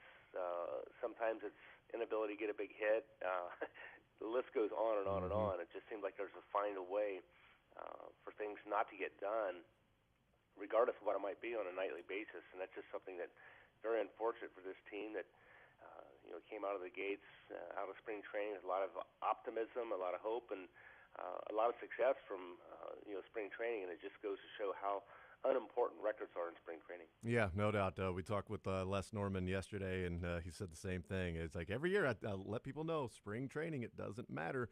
It's what happens when you actually get into the season, and this Royals team certainly has not capitalized on what felt like that momentum and optimism of what this season could be. When you're in a stretch like this, Monty, does it look, baseball is an incredibly hard sport anyway. It is one of the more difficult sports out there. We know that with all the different parts of the game. But when you go to the ballpark and you're winning, teams like the Rays when they were on their winning streak, you go to the ballpark and maybe it feels easier than it should feel. When a team's going through this, does it just feel like baseball is the most difficult game in the world, that even some routine grounders, you roll out of bed, you're already down 0-2? Does it just feel like you're fighting much more of an uphill battle when you're in a stretch like this? Yeah, it's obviously a team sport made up of individual events, and I think that's what makes it so difficult when you get in these slumps like this, is every individual maybe tries to do a little more than what he needs to do to make things happen. And then same thing with when you're playing well. Just things click. You understand that, hey, if I don't get the job done, the guy behind me is going to get the job done. And it just is almost like a domino effect as far as the attitude goes. And I always say, when teams are going this bad, they're really probably not as bad as the record appears. And when you're going good, I say you're probably not really as good as your record appears, because at some point you're going to hit the skids and things are going to go south. Good teams have stretches where they play really good baseball. Bad teams have stretches where they play really good baseball. Just the bad teams don't have as good stretches. Yeah. And the good teams certainly don't go through stretches like what we've seen with the Royals so far this year. Jeff Montgomery is our guest, Bally Sports Royals Hall of Famer, presented by First Federal Bank of Kansas City. How does a young team break out of this? Is it something that the manager can do? Is it just, hey, stay the course? You're going to have to learn how to do this because in your career there will be slumps. George Brett was on with the Border Patrol this morning, and he used the famous line, got to get these guys to try easier, because it seems like everybody's going up there try to win the game. Just got to try easier. But when you're struggling like this, your first inclination, your first instinct is to try harder. How does a young team, a group like this, how do they break out of this and get back to playing fun baseball? It seems to me the easiest way for it to change is for a starting pitcher to take charge and go out there and throw a game that he's going to not allow the other team to beat him. And today Brady Singer potentially is a guy who can do that. But to me, it all begins with starting pitching. If you get some early runs for a starting pitcher, it allows him to kind of put things on the attack mode, go out there. His job's so much easier. And then when you have that lead, you're not pressing. You're not trying to hit a 6-run home run, and you're not trying to do things that are you're incapable of doing. And like George says, just got to try easy. And when you have that lead, when you have that cushion, it's so much easier to go out and just let things happen and not try to force things or make things happen every time you go to the plate. Visiting with Jeff Montgomery, one of the bright spots of this season, has or was Kris Bubic, and it is unfortunate that now he's on the IL, and hopefully it is just the flexor strain and rest, and he'll get back, and we'll see what some of the underlying concerns might be. What's it like to be a pitcher out on the mound and, I guess, try to work through, is this something that is just discomfort? Is this something that could potentially cause more damage if I continue? Is this something where I'm a professional, I'm making a lot of money to play this game, I'm going to have to work through this because you're not going to feel great every single night? How do you sort of balance that and just experience of knowing the difference of all of those things if you're out there as to when it is a time to say, you know what, I need to come out of the game? Jacob deGrom pulled himself out of the game because his wrist didn't feel quite right, and he had a no-hitter through 4 innings. Yeah, the biggest thing is just listening to your body, and whether that be, while you're in a game, say, for example, on the mound pitching, or if it's after a game, before a game, whatever it might be, you have to listen to your body, and it's sometimes difficult to tell, should I be performing? Should I be attempting to get through this situation, whether it be discomfort or pain or whatever it might be that you're working with? And I think, like Kris Bubic, for example, here's a guy that had a tremendous game against the San Francisco Giants, had really off to a very nice start to a season, looking like potentially going to be one of those guys who's going to take that next step in the direction you want them to go, as far as being that that consistent performer that we've talked about so many times. And it was a tough night with regards to weather, so you don't really know when you're out there. Hey, is this just something that Mother Nature is? The circumstances or the conditions are part of what I'm feeling or not feeling as far as the ball coming out of my hand really well. But usually, if you're hurt, you know it. You know that you're you shouldn't be attempting to get through it. Now, I will say that, and then also remind myself that in 1996, I had a really good start to the season. I pitched for about a month with a torn rotator cuff, and my results were not there. My performance was declining. I ended up having shoulder surgery at the end of the year, which explained exactly why I was having so many problems and having so many issues with regards to my performance. So sometimes it's hard to tell exactly what the reasons are. But you, as an athlete, you do want to try to work through things because you feel like you have a responsibility to the team. Is there a level of it being, somewhat expected? I mean, you never really expect a pitcher to say, okay, here's a flexor strain, so now you're going to go on the IL. But is it somewhat expected when he picks up a new pitch like the slider, and it's something that he hasn't done before? But it's not bullpen sessions, right? He's not working on the side. He's not sort of perfecting the grip. It's in a game, leverage situations, snapping that thing off, and the pronating of the arm. Is there a level of being somewhat expected that there might be extra strain, and this is something that might have at least had an idea that could take place with Bubic and the training staff?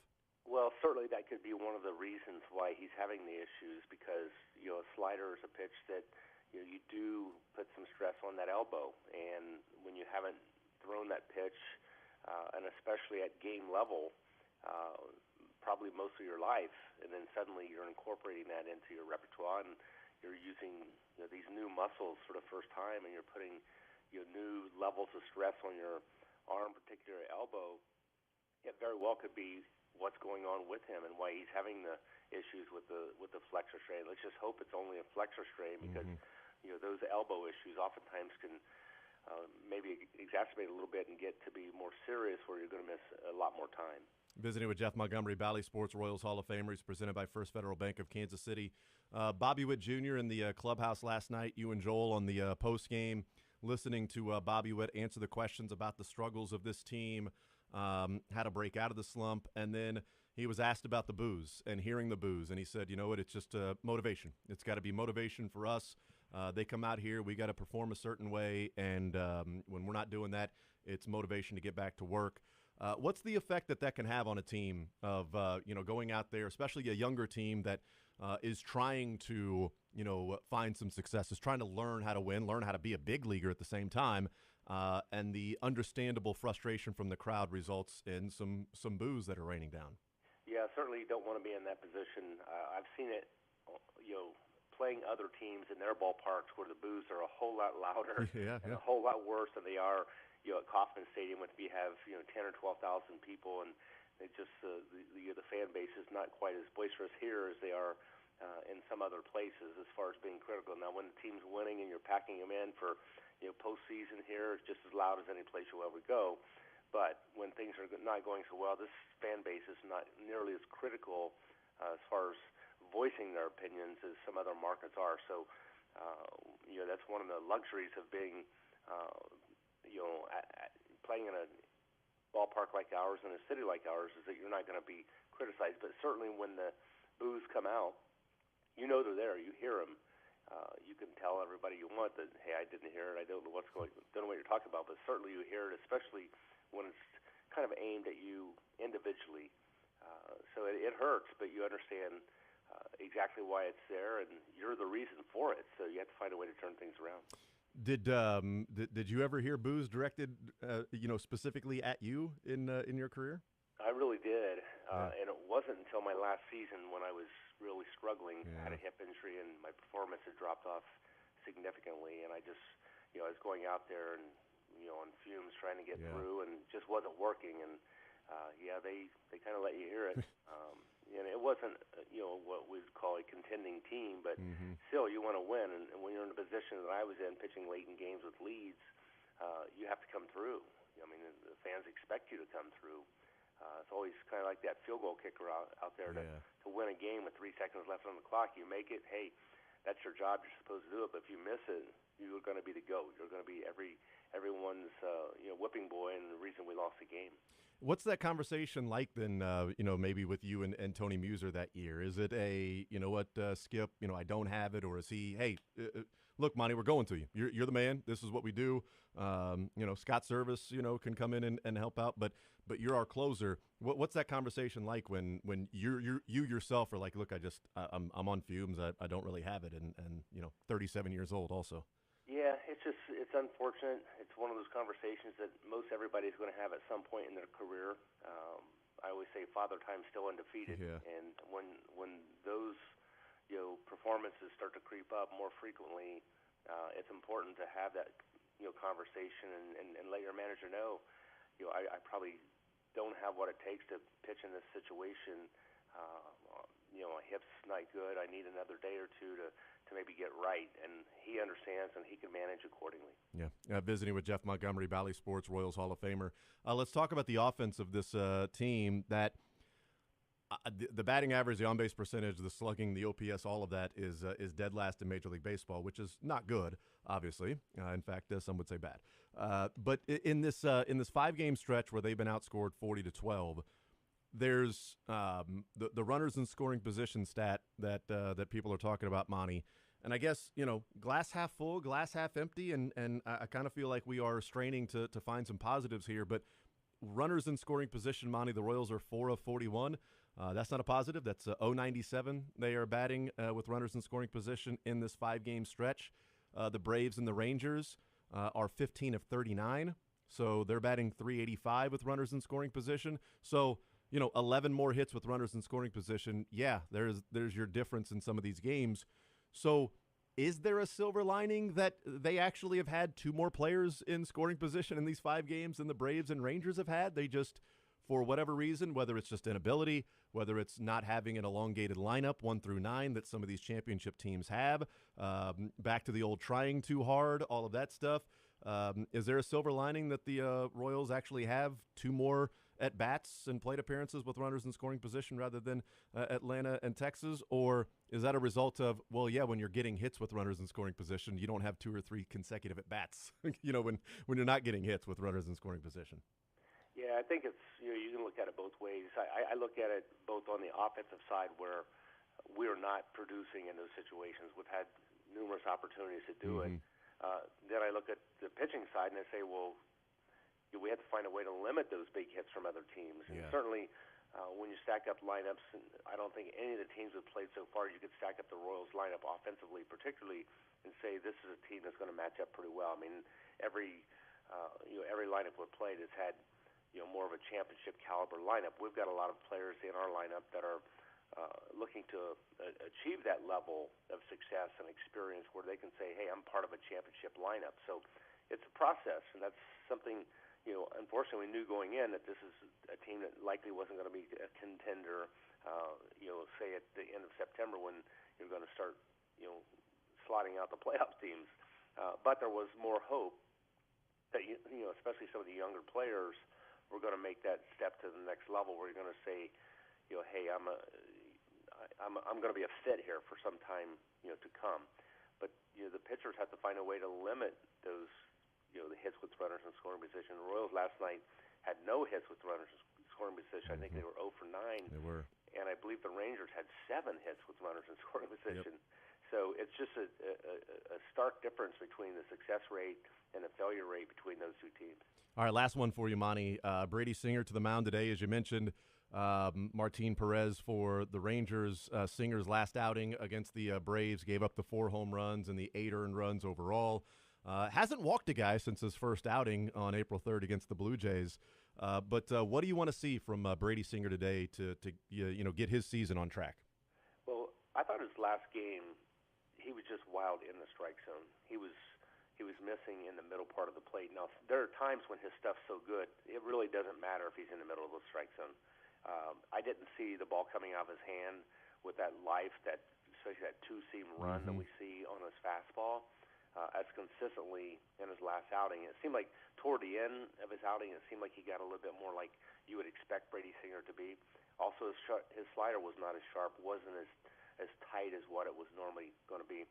So I think just a matter of looking at that as being maybe a game that you have to say that's one of those 5 to 10 starts during the course of the year. I'm going to have to go out there and really battle if I'm going to have any success. And unfortunately, not able to work through that lack of stuff, lack of command that he experienced in his last start. But his stuff's so good, oftentimes you are fooled. You fool yourself a little bit because of your previous outings and the successes you've had, with just throwing that pitch and letting the life do the work. There are times when you have to be a little bit more of a pitcher than just a guy that can hit the strike zone and expect the success. And also, he was pitching against an Atlanta Braves team that was the hottest any team in baseball coming into Kansas City. And, there again, we just talk about, when things are going well for a team, when things are clicking, especially offensively, it's really difficult to orchestrate and maneuver through that lineup. Yeah, the game right now probably seems much easier for the Braves than it does for the Royals. The Braves have not lost since April 9th. So they've been on a pretty good roll for them. So 8 straight for the Braves. We'll see what happens today with the Royals against the Rangers. Jeff Montgomery, Valley Sports Royals Hall of Famer, presented by First Federal Bank of Kansas City. Monty, you're the man. Really appreciate the time. Have a good broadcast, and hopefully next week's conversation is a little bit more on the brighter side. We'll have a good feeling we're going to win at least one game between now and then. Let's hope it's a handful. Don't jinx this, Monty. Come on. We'll see what happens. Monty, you're the man. Have a good call today. Okay, thanks, Jason. All right, Jeff Montgomery, First Federal Bank of Kansas City. Is your man cave ready? Complete your game day setup with a home equity line of credit from First Federal Bank of Kansas City. Get game day ready at ffbkc.com. We'll see if the Royals are game day ready to try to avoid the sweep and get swept in the homestand before heading out on the 10-game road trip against the Angels and the Diamondbacks and the Twins before returning home early May. We'll take a timeout. We'll come back. We'll continue rolling. Mick Schaefer will join us in the 1 o'clock hour. More Zone right after this at Sports Radio 810 WHB. The Zone presented by Google Fiber. You're in the Zone with Jason Anderson on Sports Radio 810 WHB. The NFL Draft is almost here, and if you're looking for the VIP experience of a lifetime, Tickets for Less can help. While registering to attend the draft is free, if you're looking to be inside the main theater for the first round and see everything unfold, head over to ticketsforless.com or call today at 913-685-3322. You can purchase a VIP experience for the first round that includes all-inclusive food and beverage, access to the main theater inside Union Station, and so much more. Learn more today at ticketsforless.com. Rally House, shop every team.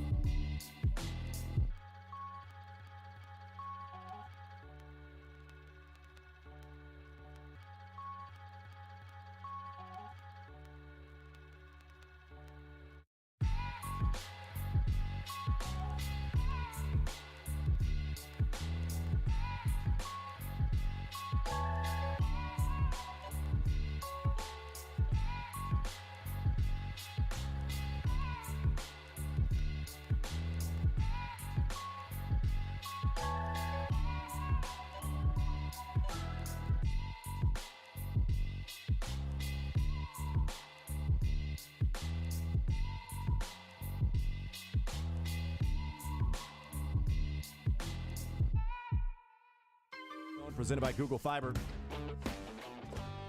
We'll talk some NFL football coming up on the other side as some news out of Texas and the Kansas City Chiefs and a wide receiver.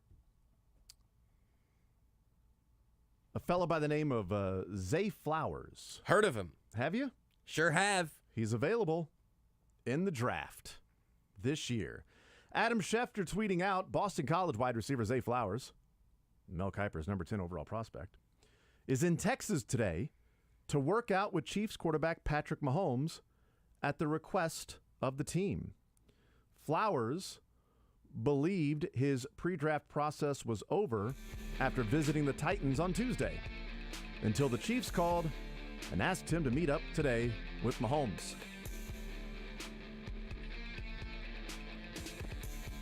What if he said no? I think he wouldn't be a Chief. I don't know. Well, I mean, maybe he just can't be in the vicinity. I mean, he can't be on Pat ass all the time. So we'll talk about that. What that I'm means. excited too. Not the first member of the rookie wide receiver class to work out with Mahomes this offseason. There's another one? There's another one. Wow. Did he play in the Big 12? Maybe even in Texas. Oh, wow. So he didn't have far to go. It's We'll not talk about Jackson that. Smith-Njigba. The Chiefs' visits, kind of a trend. We'll talk about that next. Kansas City's official home of the NFL Draft. Sports Radio 810, WHB, Kansas City. Barstool Sportsbook at Hollywood Casino and Shamrock Roofing and Construction are proud to bring you live coverage of the 2023 NFL Draft in Kansas City. Sports Radio 810 WHB is your exclusive home for every pick throughout the draft. From the first pick to Mr. Irrelevant, we have you covered. It's all brought to you by Barstool Sportsbook at Hollywood Casino, Shamrock Roofing and Construction, your Midwest Ford dealers, and by Ascentus Hair Restoration. Kansas City, are you ready for some playoff hockey? The Kansas City Mavericks are in and ready for a playoff run to the Kelly Cup. The Mavs take on the Allen Americans this Wednesday, Thursday, and Monday. Thanks to Mavs fans, Cable Dahmer Arena is one of the best home ice arenas in the league. This year, you set attendance records, and we know you'll pack the house for the playoffs. Get your tickets now at KCMavericks.com. This Wednesday, Thursday, and Monday at Cable Dahmer Arena. The puck drops at 7:05. We're all feeling the pinch of high gas prices, so Hy-Vee is revving up the savings. Hy-Vee is celebrating Christian Lundgaard's number 45 IndyCar with a 45-cent Fuel Saver discount. Just shop Hy-Vee on Monday, swipe your Fuel Saver card, and earn a 45-cent per gallon discount when you spend $45. It's that easy. Rev up your savings and race to Hy-Vee this Monday. Valid in-store only at your Kansas City area Hy-Vee. Must use lookup code 80012. See store for details. Hy-Vee is always finding new ways to save me lots of money, especially at the pump. Last week, my wife spent 89 cents per gallon at Hy-Vee because of their great fuel savings. I'm headed to Hy-Vee on Monday to save 45 cents a gallon on gas when I spend just $45 on groceries.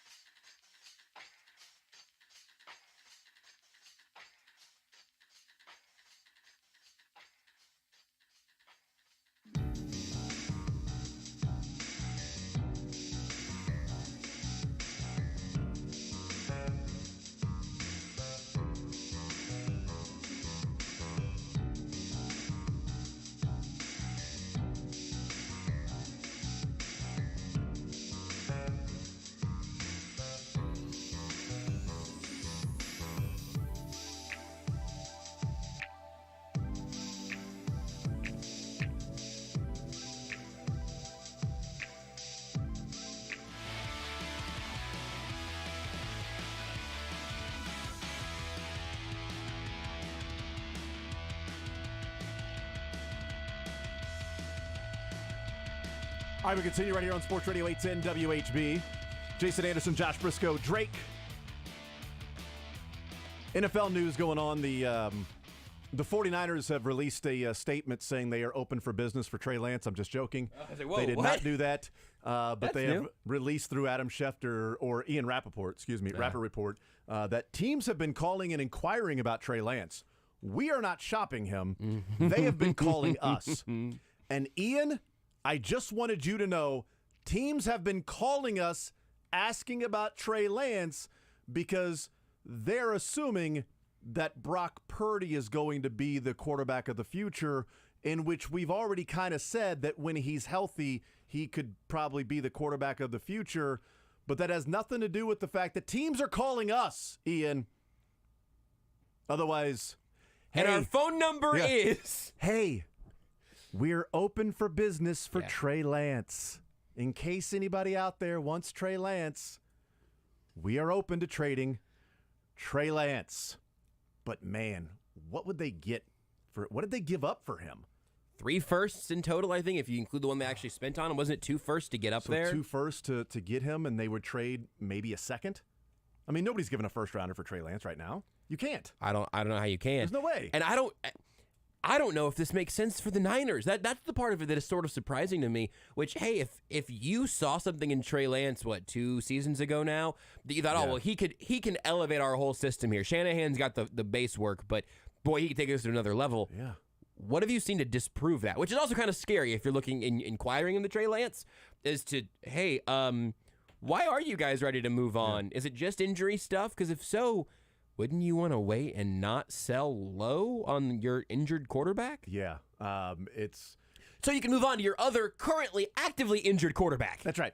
Boy, it'd be really fascinating if they were to trade Trey Lance. Because it would fly in the face of teams that are like, you know what, if we get this quarterback, we can always flip him for maybe a first rounder. Right. Well, you flipped first rounders to get the quarterback, and then he hasn't played. Injury, Jimmy Garoppolo, other things. And then if you do flip him, there's no way a first rounder would be I'm thinking at best is a second rounder for Trey Lance. But that's not a return on investment that you would want with all the things that they gave up. And the Green Bay Packers in taking Jordan Love. You know, if they trade Jordan Love, is that going to be for a second rounder, a first rounder? But they're probably not going to trade him because they're going to trade Aaron Rodgers, who is still currently a Packer, which is just a hilarious thing to be reminded of. Right. The ultimate landing spots for those Niners picks here was the 29th overall pick in 2022 and the 28th overall pick in 2023 to move up from 12 to 3 in the 21 draft. So they ended up being very late firsts, but it was 2 future firsts to move up from 12 to 3 to pick Lance. So three first-round picks. 1 extra first-round pick than Patrick Mahomes. If you want to look at it that way. Now, moving 9 spots when you're moving into the top 5 is more expensive than moving 17 spots when you're moving to 10 as opposed to 27. I mean, if they were moving from 20 to 3, that's 17 spots. It wouldn't have just been next year's first rounder. It would have been probably like even more than Trey Lance because you're moving from 27 to 3, or I should say 20 to 3 as opposed to 12 to 3. But anyway, you've got an extra first rounder there for Trey Lance, and they are open for business. And now they may not trade him. If somebody says the best we'll give you is a second rounder, okay, cool. Then we'll go into the season with Trey Lance and Brock Purdy, and we'll see whoever is, healthy. And maybe Brock Purdy's arm doesn't recover, but we had a view of Trey Lance at one point about what he could do in Shanahan's system with the running game base and his ability to run the football, and maybe offering some of those bootlegs and, just adding that extra element to it that they never had with Jimmy Garoppolo. It's not Lamar Jackson, but it's also not Jimmy G, that sort of hybrid guy. It's what they wanted in Trey Lance. And they thought they were going to get it this last year, and then, unfortunately, with the injury to his ankle, and now we'll see what they end up doing. But the news that came out a little bit ago was from Adam Schefter, and we said this at the end of the previous hour. Adam Schefter saying that Boston College wide receiver Zay Flowers is in Texas today to work out with Chiefs quarterback Patrick Mahomes at the request of the team, per source. Flowers believed his pre-draft process was over after visiting the Titans on Tuesday until the Chiefs called and asked him to meet up today with Patrick Mahomes in Texas, going through the workouts in the Phase 1 OTAs that they are doing. I've got a few thoughts on this. We'll do the bigger picture thought first, and then we'll hone in on the Chiefs. Bigger picture thought is teams utilizing players to help out with visits to say, hey, we're visiting this we're having this wide receiver visit. Why don't you actually visit with Patrick Mahomes and go down there and work out with him and throw with him? Why don't you see what that's like? And then we'll talk with Patrick about that. Because we saw you at the Combine, Boston College Pro Day. We've seen you work out. Having you come here and work out with Shane Buechele or Blaine Gabbert now, what does that do? We've seen you do those things. Why don't you go down and work out with Patrick Mahomes and see how that works out, and maybe if there's a rapport that develops with Patrick Mahomes. That's the first thing. I think we see more and more of player involvement with that. And even if it's just picking the brain of, your franchise quarterback, as opposed to not even telling him you're going to draft a quarterback in the first round, right. I.e. the team we're just talking about there. Or your quarterback being upset because you don't draft offensive linemen to protect him, that being Russ in Seattle. That doesn't seem like it's ever going to be the case with the Chiefs and Patrick Mahomes. Doesn't mean it won't, because is Brett Veach going to be a lifer? Is Brett Veach going to be with the Chiefs in 10 years? And if he's not, who comes in and all of that stuff? Are they old school and I don't need a player to tell them? Right now, the Chiefs are very much willing to do that. That's the bigger picture part of it. The Chiefs specific, I've got a couple of views on this. One, they have visited with 3 wide receivers. Zay Flowers now, consensus first rounder. Quentin Johnston, consensus first rounder. And Rashee Rice, consensus second rounder. They either are incredibly interested in wide receiver in the first round, or these are smoke screens. They're using some of their visits, even using Patrick Mahomes as a prop to sell to other teams that Zay Flowers, we are so interested in him, we know we'll probably have to move up to get him. But everybody's saying that, Brett Veach, he's aggressive, he can move up, he can go get as Brad Spielberger called it in the 11 o'clock hour, you move up to get a force multiplier, somebody that makes other people around you better. If the Chiefs feel like that's Zay Flowers, they'd probably have to move up to get him, is certainly the feeling. If he was there at 31, hey, great, whatever. Smoke screen that other teams are, well, let's get in front of the Chiefs because we're going to get Zay Flowers. And they're like, okay, cool. Other teams taking wide receiver so we can get offensive linemen that we want anyway. Or we actually really just want Cedric Tillman. Leave him alone. That's right. Don't touch Jalen Hyatt. We're not even talking to him, nor will we talk about him. Jalen, I don't care about anybody named Jalen. Jalen Hurts, never heard of him. Hyatt, don't even stay there. Boy, it sure would be a bummer if the only receiver available at 31 was JSN. We sure would hate that. Yeah, we think he sucks. Not a terrible. top 32 pick, no chance. Nope. We don't have him graded as a first or second rounder. Yeah. So we're not even going to visit with him because we don't even he's not even on our board. You say Smith and Jigba, and I'm like, the baseball player? Yeah. No, we let him go to the Patriots this offseason. Huh. Interesting. Okay. I do like some of the replies to Adam Schefter, or at least one of them, that says, where is it at? I'm gonna have to. While you scroll, I'll give you the breaking news. Yes, The NFL has announced the concert series following the draft of the 3 nights. Yes. Fall Out Boy Thursday night, baby. Let's go. Somebody's going down in an earlier round. What's the fallout? And then Motley Crue on Friday and Thundercat on Saturday. So there you go. Nice. If you're out there for the draft. Thundercats. Fall Out Boy, Motley Crue, and Thundercat. There's your 1, 2, 3. Thursday, Friday, Saturday. There we go. I might just try to get Brett Veach to wrap it up a little bit quicker on Thursday. I'll be at Arrowhead, burn rubber, get back down to Union Station. Let's just hope the Chiefs' draft class isn't a Motley Crue. So the reply to Adam Schefter that I thought was pretty funny says, it's going to be tough for Zay Flowers to work out with Patrick Mahomes pre-draft, then spend his career catching passes from Mac Jones.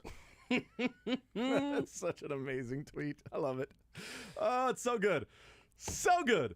No, they're not performing.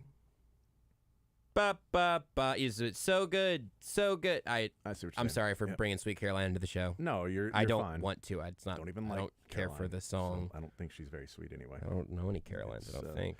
BS. Any So, Carolines? do you make any? What's your first? What's your first reaction to Zay Flowers not only visiting or using a Chiefs pre-draft visit, right? But it's a pre-draft visit not with the Chiefs, but with the Chiefs quarterback Patrick Mahomes. Go to Texas. I love it. My first reaction is in the big picture standpoint of it. Again, with Quentin Johnston having been down there catching passes, it was some of the I can't remember who all the pictures were of, but it was like Mahomes, Kadarius Toney, Sky Moore, Travis Kelce. Is that Quentin Johnston? What? Who is that fella?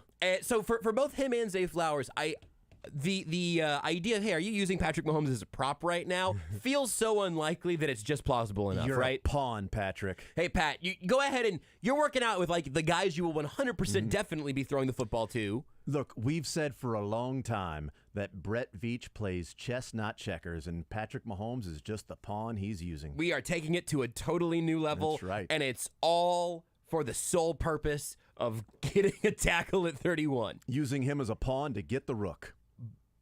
Key. Anyway, go. Offense. I don't know. I was trying to think if I had any other specific linemen I could pivot to pawn-wise. Is there a bishop or anything? I don't know.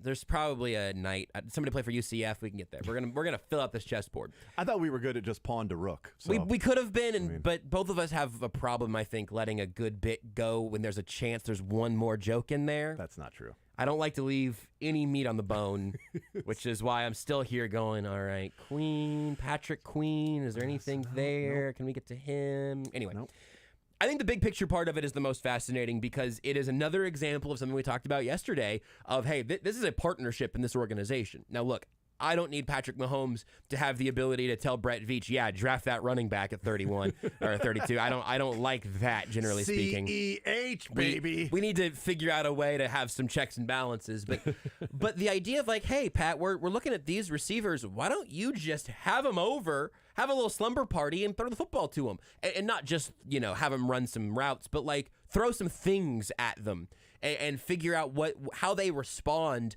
to whatever it is that you, Patrick Mahomes, want to test. If it is their ability to track the ball in the air, if it is their ability to respond to your coaching in real time, just to get a feel from them as a personality, like all of that coming together makes all the sense in the world for the quarterback who will be here. This is another part of this that I wasn't really thinking about front of mind, but you said, hey, is Brett Veach a lifer? Patrick Mahomes has every chance to be in Kansas City longer than anyone else in the organization not named Clark Hunt. Andy Reid will almost certainly retire before Patrick Mahomes does. Brett Veach could. He might not. He could be here just as long, whatever. But the relationship between the pass catchers and Mahomes is the most important thing. The idea of it all being an elaborate smokescreen is hilarious to me. I kind of want that to be partially true, but it seems unlikely because you are genuinely not just wasting Mahomes' time, you are putting someone else in a rotation with the current Chiefs pass catchers. Not like you're afraid to give away state secrets, but like you are wasting reps on a guy that if you are genuinely uninterested.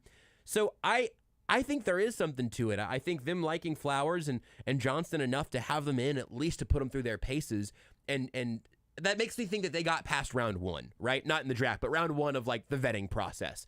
That I don't think they're sending some bum to go run routes for Patrick Mahomes just for Mahomes to say, yep, nope, he's a bum. I think there must be a little bit of sort of full team scouting. And also, again, kind of big picture, the Chiefs have found ways to work around the NFL and NFLPA and collective bargaining agreements about offseason workouts and all of that because the Chiefs aren't doing this. Patrick Mahomes is, and there's no rule against that yet. There might be. There may soon be a rule that the guys on rosters can't work out, at pro days or host workouts with guys who haven't been drafted yet or whatever it'll be. But I think there's no world in which this isn't just a flatly good thing, and it's another spot where the Chiefs are just doing stuff differently. I'll wait for the Bills to introduce that new rule. Yeah, John, it's really gonna be. It's going to be the Ravens or somebody. It's like, hey, look, we are supposed to be good, but we're having quarterback problems. Right now, Lamar Jackson's not taking our calls about who to go work out with. So so let me ask you this. As we look at the visits the Chiefs have had so far, and sometimes it can be a fool's errand to keep track of the visits and try to glean anything from that. Last year, Justin Watson Jalen Watson and Joshua Williams both visited the Chiefs. Yeah. So those were guys they ended up drafting. I don't know that anybody else that they ended up drafting visited the Chiefs. Was on an official visit? Was on one of their 30 visits that they had. So just something to keep track of, that maybe they weren't there. This is a sort of range of where they may take somebody. So that's the preface before even getting into, are we going to glean anything from this? They have had now 4 wide receivers that they have had visits with. We mentioned Quentin Johnston, Rashee Rice, now Zay Flowers. They also met with, I can't remember his first name, Hazelwood from Tennessee, a wide receiver. Now you're talking about Johnston, a first-rounder, Zay Flowers, a first-rounder, Rashee Rice, second-rounder, Hazelwood, mid to late round, day 3. And I think, I definitely don't think Flowers is officially a top 30 visit, right? So there's some different cutoff lines of that, right? Okay, so that, honestly, I kind of just assumed that if you're going to, per the team's request, would that not count as a visit if the team wants him to go down and visit with the quarterback to work out? That's where I think you may get into the gray area to where a rule might be implemented, as in, like, hey, if you're working, because you can start to skirt the rules then. Hey, we don't have to bring in any wide receivers with our top 30 visits. We've seen them at the draft or the combine. We've seen them at the pro day. We'll just have them go visit and work out with Patrick Mahomes. Therefore, now we can have our top 30 visits with anybody but wide receivers, right? Something along those lines. Or a tight end. We'll just send them to tight end U with Travis Kelce or something like that. Seriously. We can just work around this for a couple of ways. So I'm not sure is my interjection. I would guess that it's going to count. I would guess. That would be my guess. With what has been reported so far in terms of official visits, the Chiefs are under 30, so they have some wiggle room still. Right, yeah. It's not like they're at 30 right now and then trying to figure out a workaround. Right. They have, so there's 4 wide receivers. They have visited with 6 offensive linemen, 4 of them being 4/5. 4 definite that are tackles. Cooper Hodges is sort of a late rounder guard, arms long enough to maybe stay at tackle, but he's small in other areas, so he'd probably end up being a guard, but he's a late rounder. But the tackles they have visited with, Anton Harrison, Darnell Wright, Broderick Jones, and Jalen Duncan. Those first 3 are viewed as first-round draft picks. Jalen Duncan is anywhere from second to third, depending on beauty in the eye of the beholder. But if he's a second rounder, probably not there at 63. The 2 guards, Cooper Hodges and then Anthony Bradford, Bradford's viewed as like a 5th rounder, day 3 guard. Okay, so if they're looking guard, maybe they're looking later on day 3. The tackles have all been day 1, maybe higher to mid day 2, that they're probably not going to get unless they take with the 31st pick. Same thing with the wide receivers, except for Hazelwood. The defensive linemen that they have had visits with have been projected late day 3, day 3, day 3, day 3, day 3, and then Mozzie Smith is a projected second rounder, who Brad Spielberger, we were just talking about him, and he was like, well, Mozzie Smith, if he's there at 31, could be somebody that you plug in right there. Day 1 starter at one technique, a nose tackle type player that's going to stop the run, is definitely going to play the first 2 downs of a series and will stay in the NFL. Can he develop to be a 3-down defensive lineman? And maybe the Chiefs are more interested in that since Derek Nottie had a fall off last year. You bring him back, but you're hoping that you can be better than what Nottie can bring to the table. So anything to glean from the visits have been top-end tackles and wide receivers. Defensive linemen have been day 3. The guards have been day 3. And they have visited with 3 cornerbacks, Cam Smith, who's a second rounder, and 2 other guys who are day 3 picks, and 1 linebacker who's a day 3 pick, which would be like, a special teamer or something like that. Jeremy Banks is like a 5th to undrafted free agent, depending on where you're looking at. Now, these are just random different big boards, right? And the Beast and all of it that Brugler has, and Pro Football Focus and KCSN. With that, looking at all of those different things and kind of giving me a range of this guy's anywhere from 5th to undrafted free agent, right? Yeah. Anything to glean from that? The defensive linemen, they haven't met with an edge that's viewed as going to be, a first rounder. Yeah. Or even high second rounder. I think it's really interesting, but it also I was go ahead and grab your drink, Jason. It's not a small sample size, but I was listening to the Athletic Football Show this morning, And in some of the conversations they were having, there's actually a couple episodes back to back, one including Mitchell Schwartz about the just offensive linemen. I listened to like 3 hours of offensive line talk on double speed today. That's where my day's been at.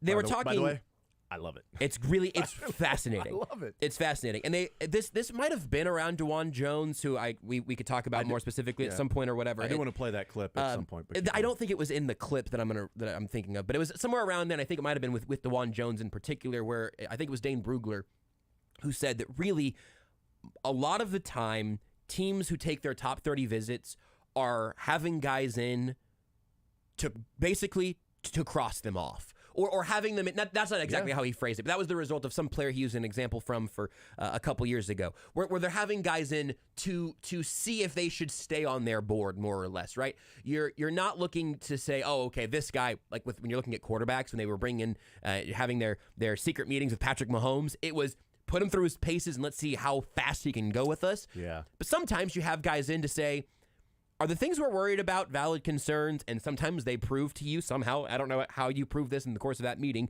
but sometimes they show you enough to go, yep, that's not a guy we're willing to go ahead and take this risk for, make this investment in. To that point, sorry to interrupt. No, you're good. Jeremy Banks is a guy that had a lot of legal trouble at Tennessee, was kicked off the team at one point. Right. And he was a top 30 visit for the Chiefs as a linebacker, could be special teamer. You bring him in and you go, all right, talk to us. Dane's phrase may have been to put them through their paces. Yeah. So what happened so they can either just cross him off the list or say, okay, this is somebody we will keep on our board. Right. Whereas other teams may just say, he's not on our board at all. All that stuff, not worth it for a 5th or 6th round special team linebacker to go through whatever, you might have to go through to draft that guy. So to his point, yes. And I don't know for sure, actually, that I'm going to say this out loud, but I bet Jalen Carter's done a lot more visits than Will Anderson has. Those dudes are both potential blue chip, top of the draft defensive linemen, but Jalen Carter has a whole lot of other stuff that's been coming out over these last few months, and Will Anderson just seems like he is ready to go, right? So you don't always get the best prospects having the most visits kind of with that in mind. I do think there's got to be something, right? It would be silly to look at that pattern that you just laid out and say, no, there's no smoke to the fact that the Chiefs are putting in their work on the late first, early second round range of tackles. Because they know, everyone knows that's a point of interest, that's a need. Now, maybe in their meetings, they heard Anton Harrison say, I'm only playing left tackle. I don't want to be on the right side. And they said, well, thank you very much for being here. We will talk to you never, because that's we're not willing to take demands here at this point, right? That's right. It might just be, again, kind of fleshing out the background of some guys, or if you can kind of bring up, hey, you've got effort concerns or whatever it may be for any that's not specifically for Harrison, but just generally speaking. Yeah. So I think that there has to be something that when a pattern is evident that way, and living this way too much might be dangerous. This is how we got constellations and the stars, I suppose. When you start to see those things come together, you've got to believe that they are looking at those ranges and those players for some reason, even if it is to prove a negative, even if it is the worst case scenario of just going, all right, we're going to take these guys and we're taking them off the board, as opposed to a guy like Trey Smith, who I don't know if he was an official top 30 visit, but they put him through his medical paces because they wanted to check on all that. Justin Ross, similarly, they eventually got to a point where they said, no, we're comfortable with the medical on this guy, and so that's why you go through that. It wasn't because Justin Ross or Trey Smith was going to be a first round pick, but hey, where they're going to be, we have questions to answer. I think that having Johnson and Rice in particular in the Mahomes training camp is a very positive, or Flowers. I said Rice, not. You mentioned Rice also. Rashee Rice. I meant Zay Flowers, not Rashee Rice. In the instance of going to Texas to play with Mahomes, that to me feels like a positive affirmation, not the put you through your paces, check your background, all of that kind of stuff. But yeah, I think it is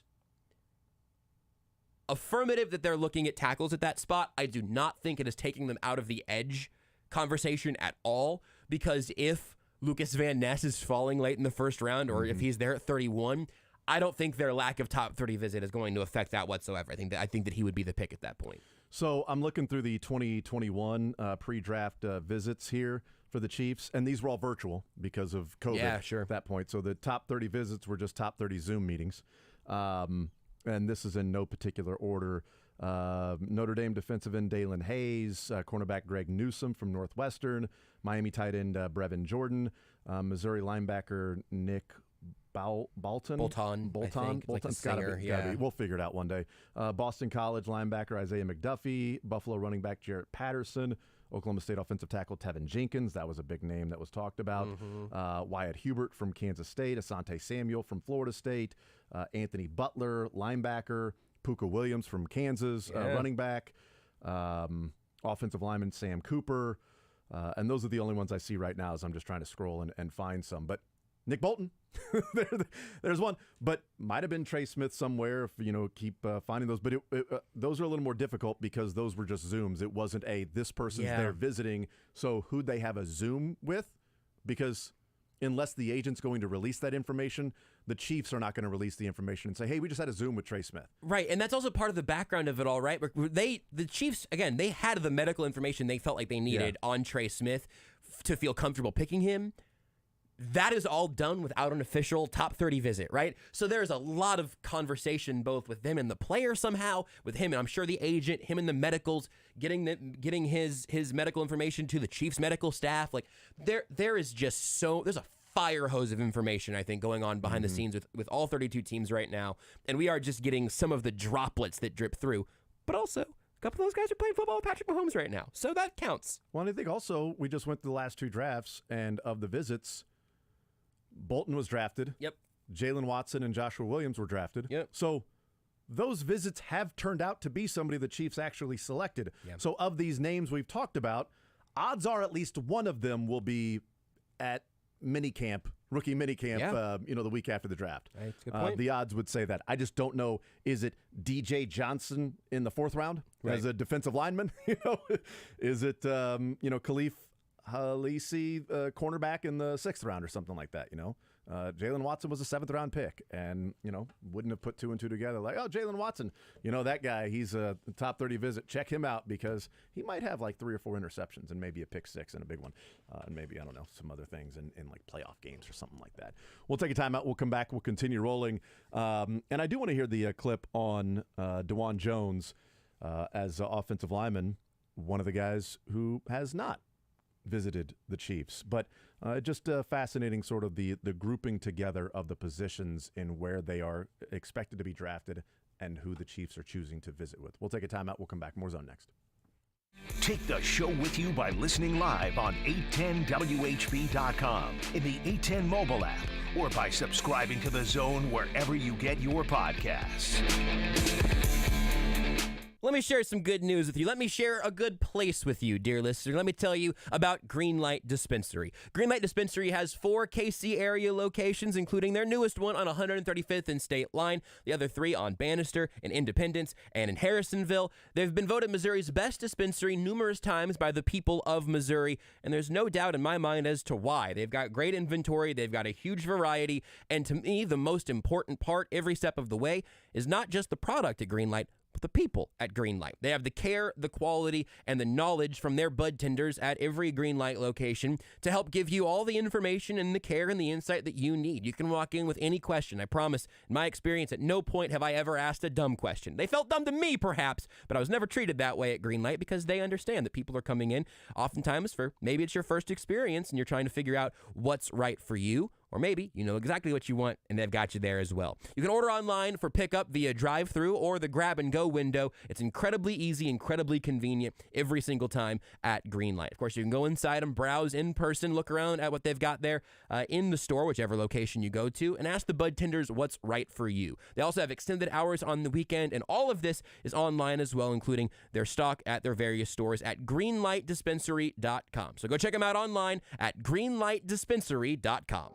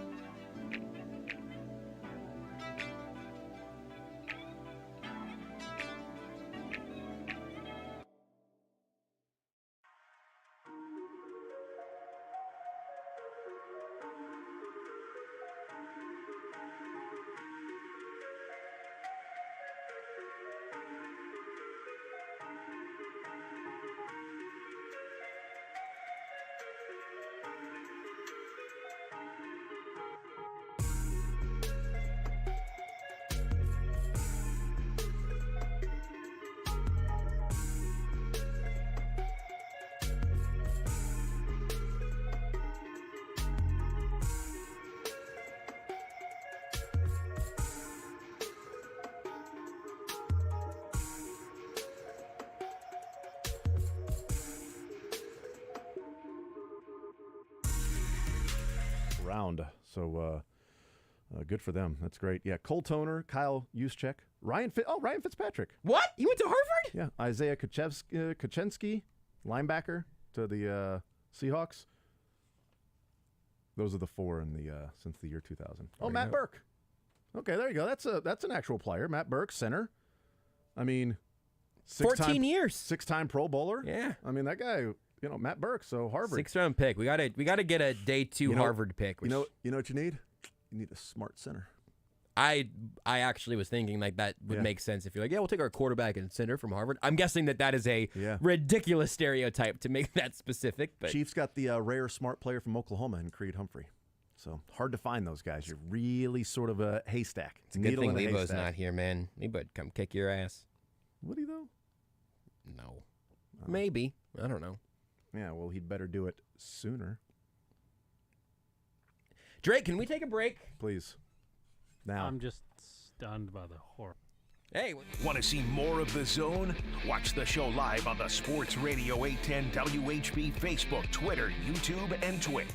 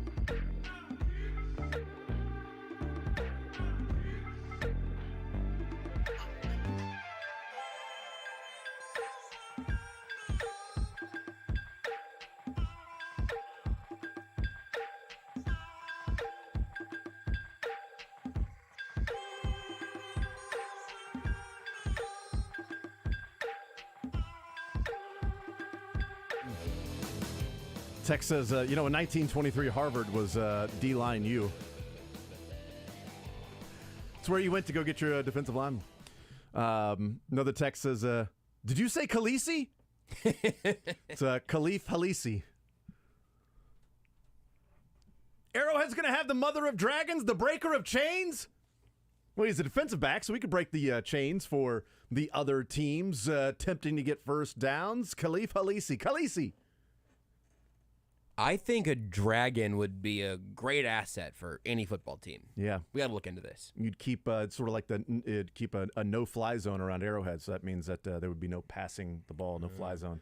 Don't the cornerbacks always say that? It's no-fly zone around here. So I Defensive backfield, no-fly zone. Hey, you know what? 90%, the Earth's covered, water covers 90% of the Earth. We cover the other 10%. With literal fire at that point, I guess. That's right. If you got one, every team got one dragon. Or your team gets one dragon. What position does it play? Oh, it's offensive lineman protecting Mahomes. Oh, okay. I don't mind that. Yeah. But do you think somebody could just run through its legs or around it or something? Probably not. Well, breathe fire and kill the person that tries to rush. Yeah, but everybody you can't... be like, I'm going to go and play defense back here. Mahomes, you just... we're going to drop 11. Not even going to count to 5 Mississippi. Do they know? Do dragons know about illegal formations and not going more than 3 yards downfield? He's lined up in the backfield. That's his tail. It's his tail, man. I don't know what to tell you. His feet are on the line of scrimmage, man. Okay. I think if it's a small, let's say it's like a human-sized dragon, just for the sake of this game. I would like to throw safety out there, because just imagine, you thought Ed Reed was a ball hawk. I mean, the ball is in the air. This thing could literally just go pick it out of the sky. You got a 6'4" receiver. Hey, sorry, bad news, Bengals. Bad news, T. Higgins and Jamar Chase. You can't catch the ball if you never touch the ball. So what would be better then? Would you rather have a human-sized dragon? Wow. Okay. Or a dragon-sized human on your football team? Well, just out of a concern of how difficult it might. Well, hold on. I was going to say, given a concern of how difficult it might be to train your dragon, but there are like 3 movies about that. Yeah, exactly. So that's not that hard. It's like a whole tutorial for kids. I guess I'll take the dragon if it really is that easy to train your dragon. I think I'll take the dragon-sized human. That's where I was leaning first, and then I remember the movies existing. It's like, just going to be knocking people out of the way, and you can't guard him because, you go up to like his shin. Your head is up to his shin. Can't really do much there. Well, you want to talk about throwing jump balls for Patrick Mahomes. I mean, that's your wide receiver. Just throw a jump ball over there, and it's like, you guys, and it's 2 steps to cover 100 yards. So imagine Chris Jones just the size of a dragon. There's no, 0 yards are going to be gained here. I don't know what to tell you. You know what? At times when he engulfs the quarterback, it may seem like that. And, oh, man, think of all the unnecessary roughness dragon-sized Chris Jones would get. By the way, have we ever actually acknowledged Roger Goodell telling Chris Jones, I don't care how hard you hit the quarterback? I don't think we have. I don't think we've ever actually acknowledged Roger Goodell on audio hugging Chris Jones after the Super Bowl and saying, I don't care how hard you hit the quarterback. He was drunker than Travis Kelce. Like, that has to be the explanation, right? I guess. He really likes Chris Jones. They like each other. Did you know they're pen pals? Old buddies. Kansas City's official home of the NFL Draft.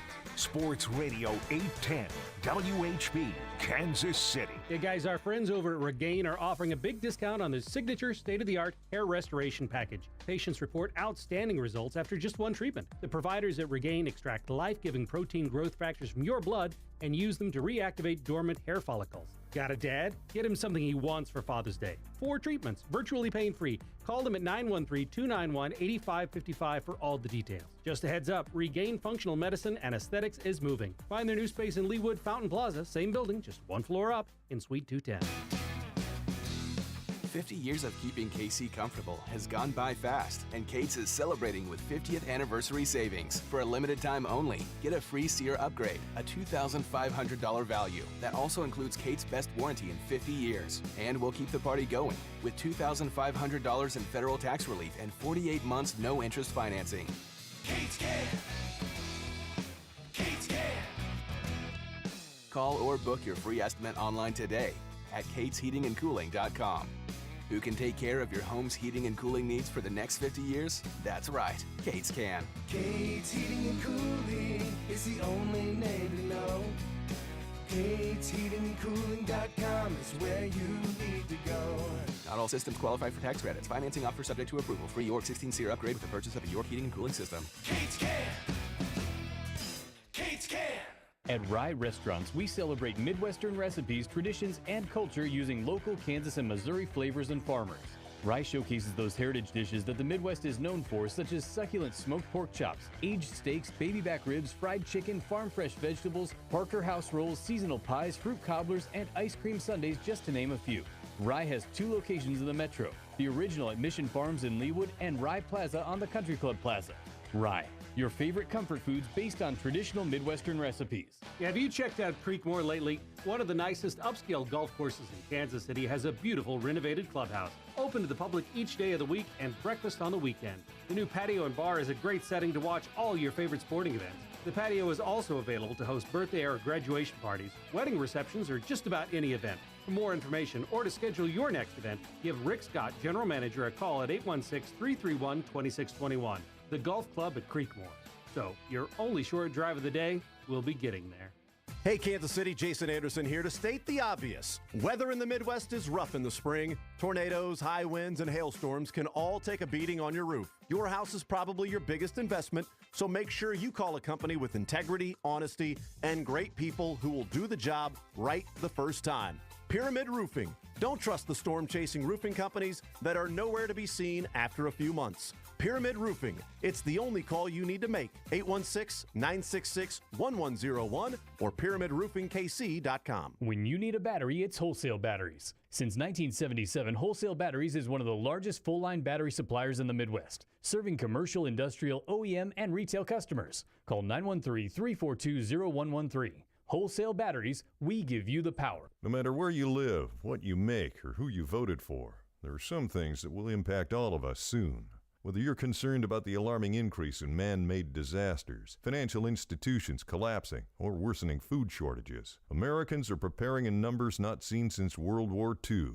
What's changed is how we prepare. And the folks at My Patriot Supply have made it easier than ever for you to have peace of mind, knowing you're ready for what's next. Go to MyPatriotSupply.com and stock up on over a dozen emergency food kits. These include tasty breakfasts, lunches, dinners, drinks, fruits, veggies, meats, and snacks, averaging over 2,000 calories per day. Get at least 1 kit per person. As we all know, calories equals energy equals survival. My Patriot Supply food kits are in stock and shipped discreetly. We've seen too many Americans let down by institutions we used to trust. It's time to rely on ourselves. MyPatriotSupply.com. MyPatriotSupply.com. Hey, this is Matt Llewellyn from 23rd Street Brewery in Lawrence. When the games are on, remember 23rd Street Brewery is the place to catch them all. You can always count on our huge portions and our handcrafted beers, but what you might not know are our fabulous cocktails. Our bartenders take a lot of pride in creating adult...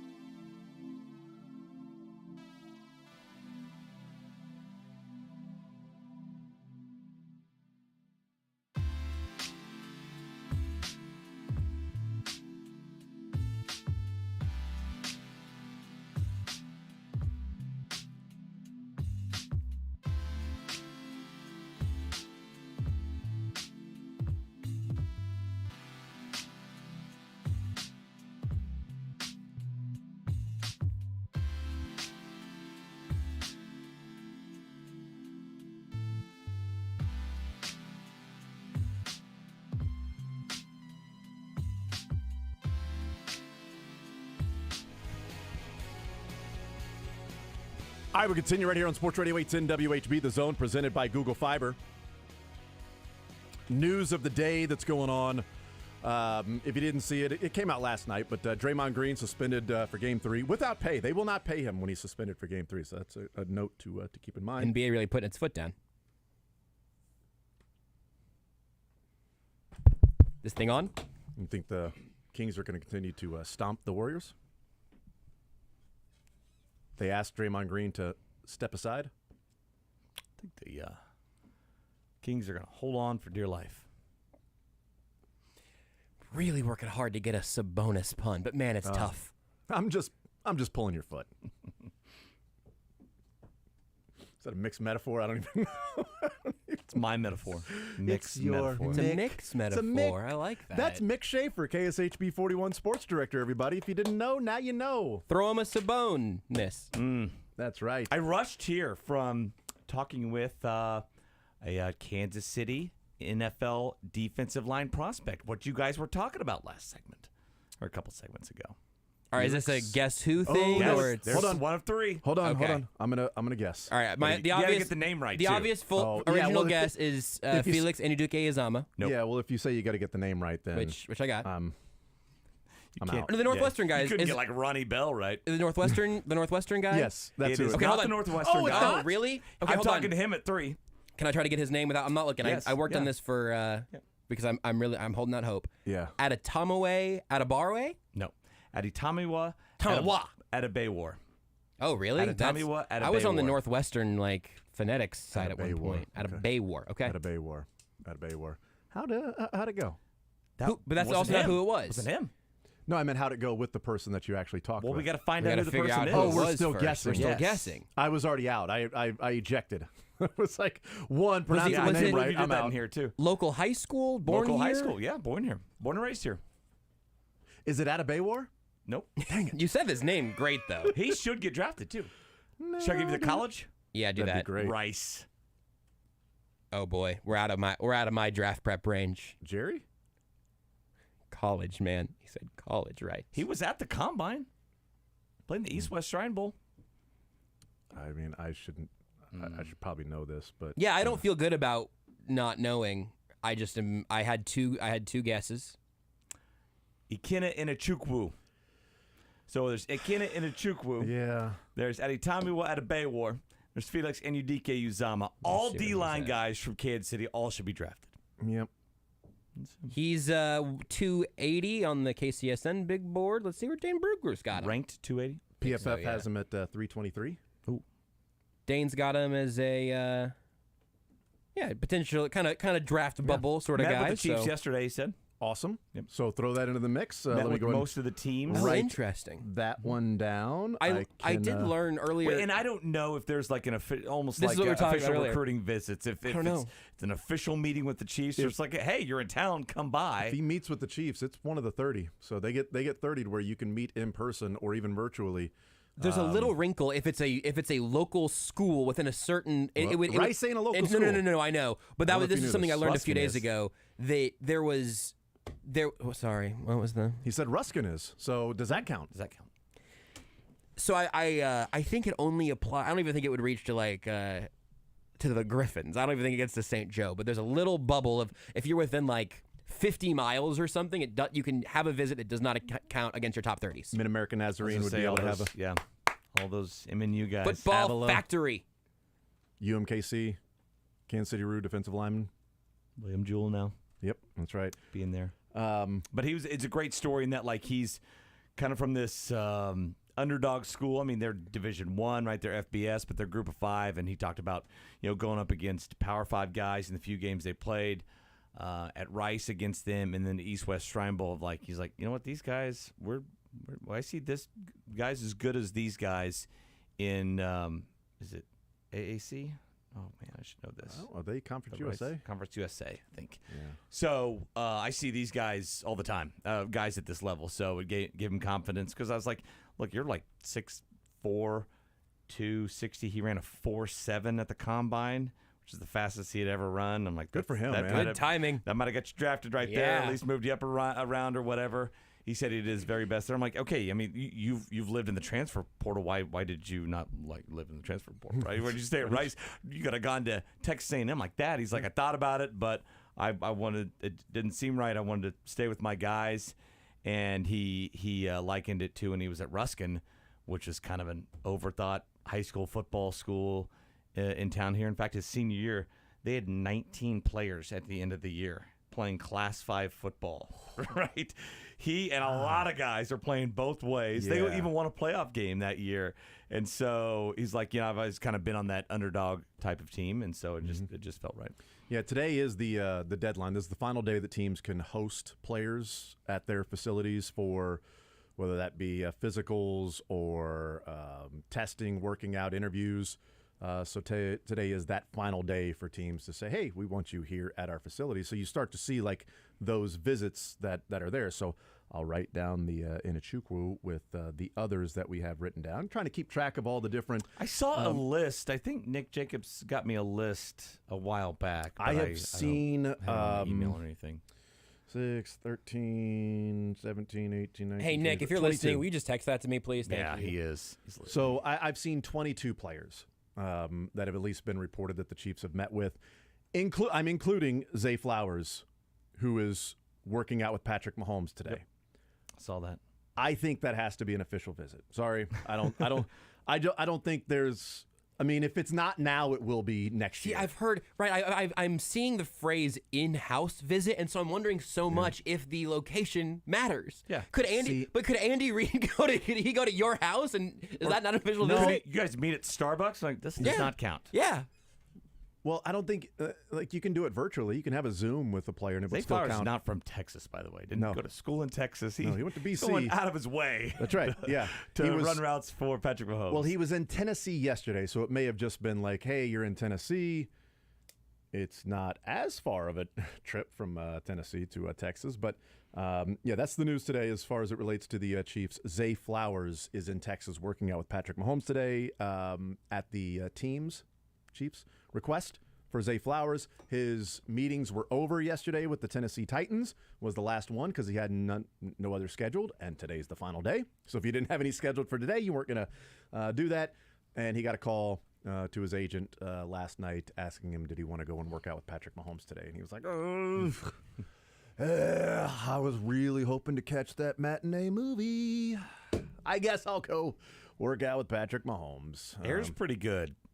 That was what he was going to see. Air's pretty good, but it is pretty good. I would go hang out with Patrick first. Maybe they're going to the movie They together. could do both, actually. Yeah, Maybe it's like they have cinemas in Texas. Just trying to like, let's work out. Let's go to a movie. Let's see if we like hit it off, right? Let's see if we mesh a little bit. I'll like buy if the you're popcorn. gonna, No, you buy the popcorn. if you're gonna be my I number like one, extra butter too. are you gonna be my number one? What's up, Bay? Bay or Zay? Both. Both. So what we looked at in the previous hour, Mick, is what's up, Josh? What's so funny? I'm just on Reddit trying to continue to find. It's 50 miles for the top 30 visits that don't count. I'm seeing a lot about like bringing guys to your team as opposed to going to their combine or pro day or whatever. And one comment just said each team gets 30 conjugal visits. And that just made me laugh. Oh, well, good to know. Turns out Louisville is now in the NFL. So. Great. Might increase your chances, by the way, Good if they're for conjugal. you. It didn't increase their chances. They didn't get any of those recruits. And in fact, one recruit said it was such an awful experience that he immediately dropped Louisville from his list. Unbelievable. It was like, this is awful. Yeah. Guy doesn't party. Well, sometimes Good riddance. 16, 17-year-olds aren't as experienced as maybe, I don't know, college kids. Athletes? At No. times. Rick Maybe, Pitino, for that Who knows? matter. That's a good point. Just hanging out at the they didn't take him to a restaurant. Come on, it's not like it was bad. Rick Pitino really found a market inefficiency. He's like, well, if these meetings only take 15 seconds apiece, we can meet a lot of people. So anyway, what we got into in the previous hour of looking at some of these visits, with Zay Flowers now being included, of the 4 receivers the Chiefs have met with / visited / had visit Patrick Mahomes, 3 of the 4 are first / early second rounders. Jaden Hazelwood from Tennessee is like, day 3. They have met with 6 offensive linemen. 4 of them are tackles, and the 4 tackles they have met with, 3 of them are first round grades, and the other one is a high second, late first, high second. They're your tackles they have met with. They have met with 1, 2, 3, 4, 5, 6, 7, 8, including Inachukwu. 8 defensive linemen. Was that a Bay War one? I don't see him on the list. I don't think Felix? he is. No, Felix did not visit with the Chiefs. Nope. But a lot of times it doesn't matter, right, right? absolutely. Exactly. Like, well, Chiefs, I didn't even talk to Absolutely. them. They didn't have an official visit last year with McDuffie, but they moved up to get him. To go get him, right. So And they knew, like, this is the guy we want. We didn't even talk to him. It's almost like sometimes you meet with the guys in the middle, maybe guys you have questions about exactly that right. could go either way, and there's a handful of guys that are like, okay, these are sure things, okay? We're wasting our time. We know we love this kid. We know we love this guy. If he's there, we're going to consider him greatly. That was something that we had mentioned earlier that Dane Brugler was talking about and saying that a lot of times it's putting guys through their paces and to try to figure out, hey, what is the underlying thing here? On the other hand, you get Nick Bolton last year who had absolutely zero off-field concerns. Yeah. But I think in a case like Bolton's, we are going to hit the gas as hard as we can here and see if you can keep up because we're going to need you to command this defense. And obviously, he did that. Bolton 2 years ago. Last year was Jalen Watson, Joshua Williams that they had in-house visits and ended up drafting. But the 8 feels like Nick Bolton's been here for a decade already. It does, right? Or even not even that long since you thought it was last year. Time's a flat circle. Of the 8 defensive linemen, only one of them grades out as better than a day 3 pick. Only one of them. So you're looking at day 3 picks for all the defensive linemen outside of one that they visited with. Cornerback, there's a second rounder and then late/undrafted free agents. And one linebacker that's late/undrafted free agent, sort of special teams guys. And the linebacker that we talked about, to your point, Jeremy Banks got kicked off the Tennessee team and then brought back. There was some issues with some allegations of interactions with a female. Got kicked off, back on. That might be one you bring in and go, tell us what happened. And then is it even worth keeping you on our board that we would draft you as a special team linebacker to bring you in here? Is it even worth having you on our board if there's something with a domestic issue in college? Yeah, you're a 6th-round linebacker. Sorry, bud. We're out. So that's somebody they brought in. But the cluster of positions that they brought in, tackles, first-rounders, wide receivers, first-rounders, defensive linemen, day 3, maybe late day 2, but they're the most populated position of the visits so far. And I wonder if we maybe chalk this up to more of a science than it is, and a lot of it's just agents calling up the Chiefs. Hey, man, I can bring by two of my guys here. Yeah. Okay, swing by. We can count that. Or we're only going to use 21 anyway. You know what? We got back late from lunch here in Indy. Who's left over? Okay, bring them in. Whatever. Like some of the top colleges, we're going to dock you a scholarship. We only use 11. That's fine. So we don't even get to our 13. We've actually never had a full 13, so you're going to dock us one? Okay. Sorry, kind of like that. We're not even going to use our 30, so you're saving us time. Swing by. We've already got the food ordered, so go ahead and have them come on over here. But we looked at the last 2, the 2022 and 2021 official visits, and the theme that was there was the positions that they focused on were the positions that they ended up drafting early, or just all through. Just in corner, they had a lot of cornerbacks that they brought in last year. 2 of them being Jalen Watson and Joshua Williams, but 6 or 7 others. Well, they drafted 3 cornerbacks and 2 safeties. They brought in J.T. Wood, safety from Baylor, who was a second-round safety. They went with a second-round safety, just different name. They brought in 3 different second-round wide receivers. They went with the second-round wide receiver that they did not bring in Sky Moore, but it was second-round wide receiver. So it might just be where they're setting their board. Let's move this guy up or down. But it's kind of the range where they're sort of looking at guys. You know what? I mean, there are probably a couple positions in offensive lineman, edge rusher, and cornerback that are going to be there every year. They're going to be priority every year, right? Even if you're stacked at those positions, even if you're set, you can never have too many of those. No quarterbacks on that list? No, not yet. They've been attached to that. Is it the UCLA quarterback? Dane Brugler had him taking the BYU quarterback. Who's the one with the hyphenated last name? Smith and Jigba. He's a wide receiver. No. It's a different guy. And Udike Uzama, he's a defensive end. Yeah. Hyphens? I don't know. I'll find it. Let's see. I permanently have 2 draft guides open on half my screen. Thompson Robinson from Washington to UCLA. Yes. I think he's is he more the mold of Mahomes? That way they're attaching the Chiefs to him, and that like he could be a backup that kind of runs the offense similarly. I think Blaine Gabbert probably eliminates that. That's right. I would guess.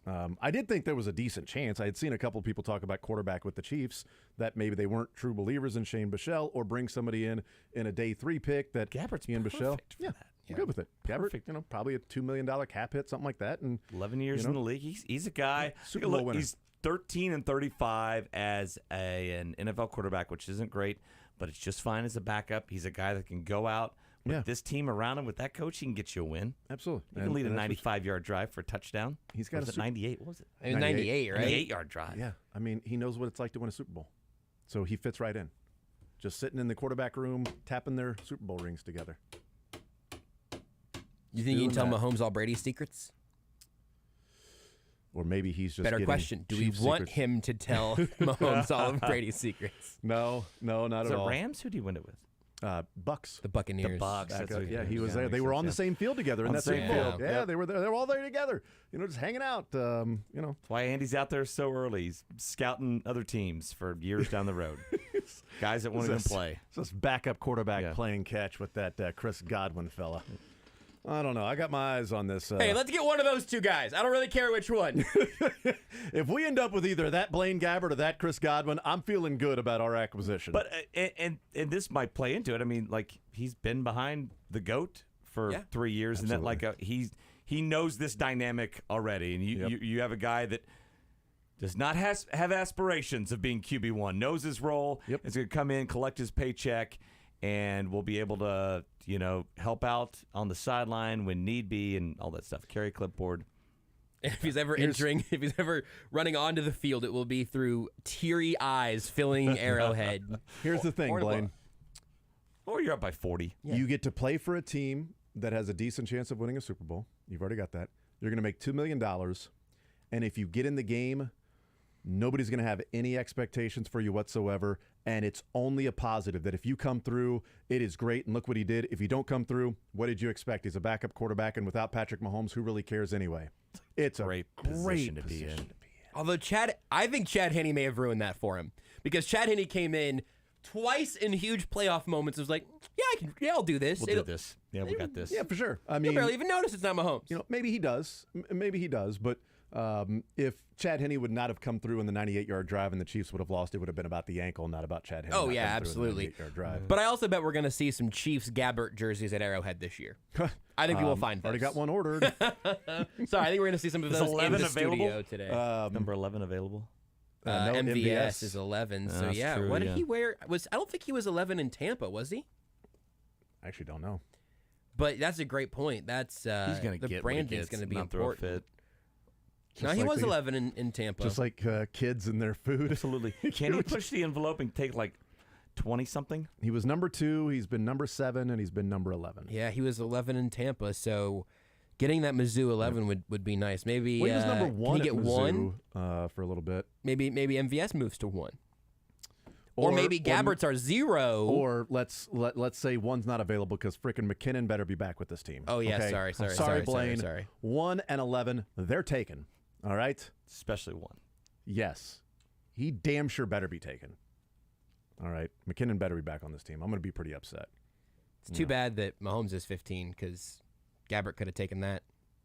No, Cairo Santos is number 5. In honor What if Cairo Santos was number 15? They retired Cairo Santos jersey. Nobody else can have it. That's right. Nobody can wear it. If Mahomes can't wear 5, nobody can, Tommy. God, he looks so much cooler. He looks the coolest already, but he'd look even cooler with number 5. He's making 15 work for him, right? But that is that's an uphill battle. If Blaine Gabbert was wearing number 15, we would not think 15 was cool. Who was the best 5 number would have 15 been great. in NFL history before him? Oh, wow. Neil Lomax? I don't know.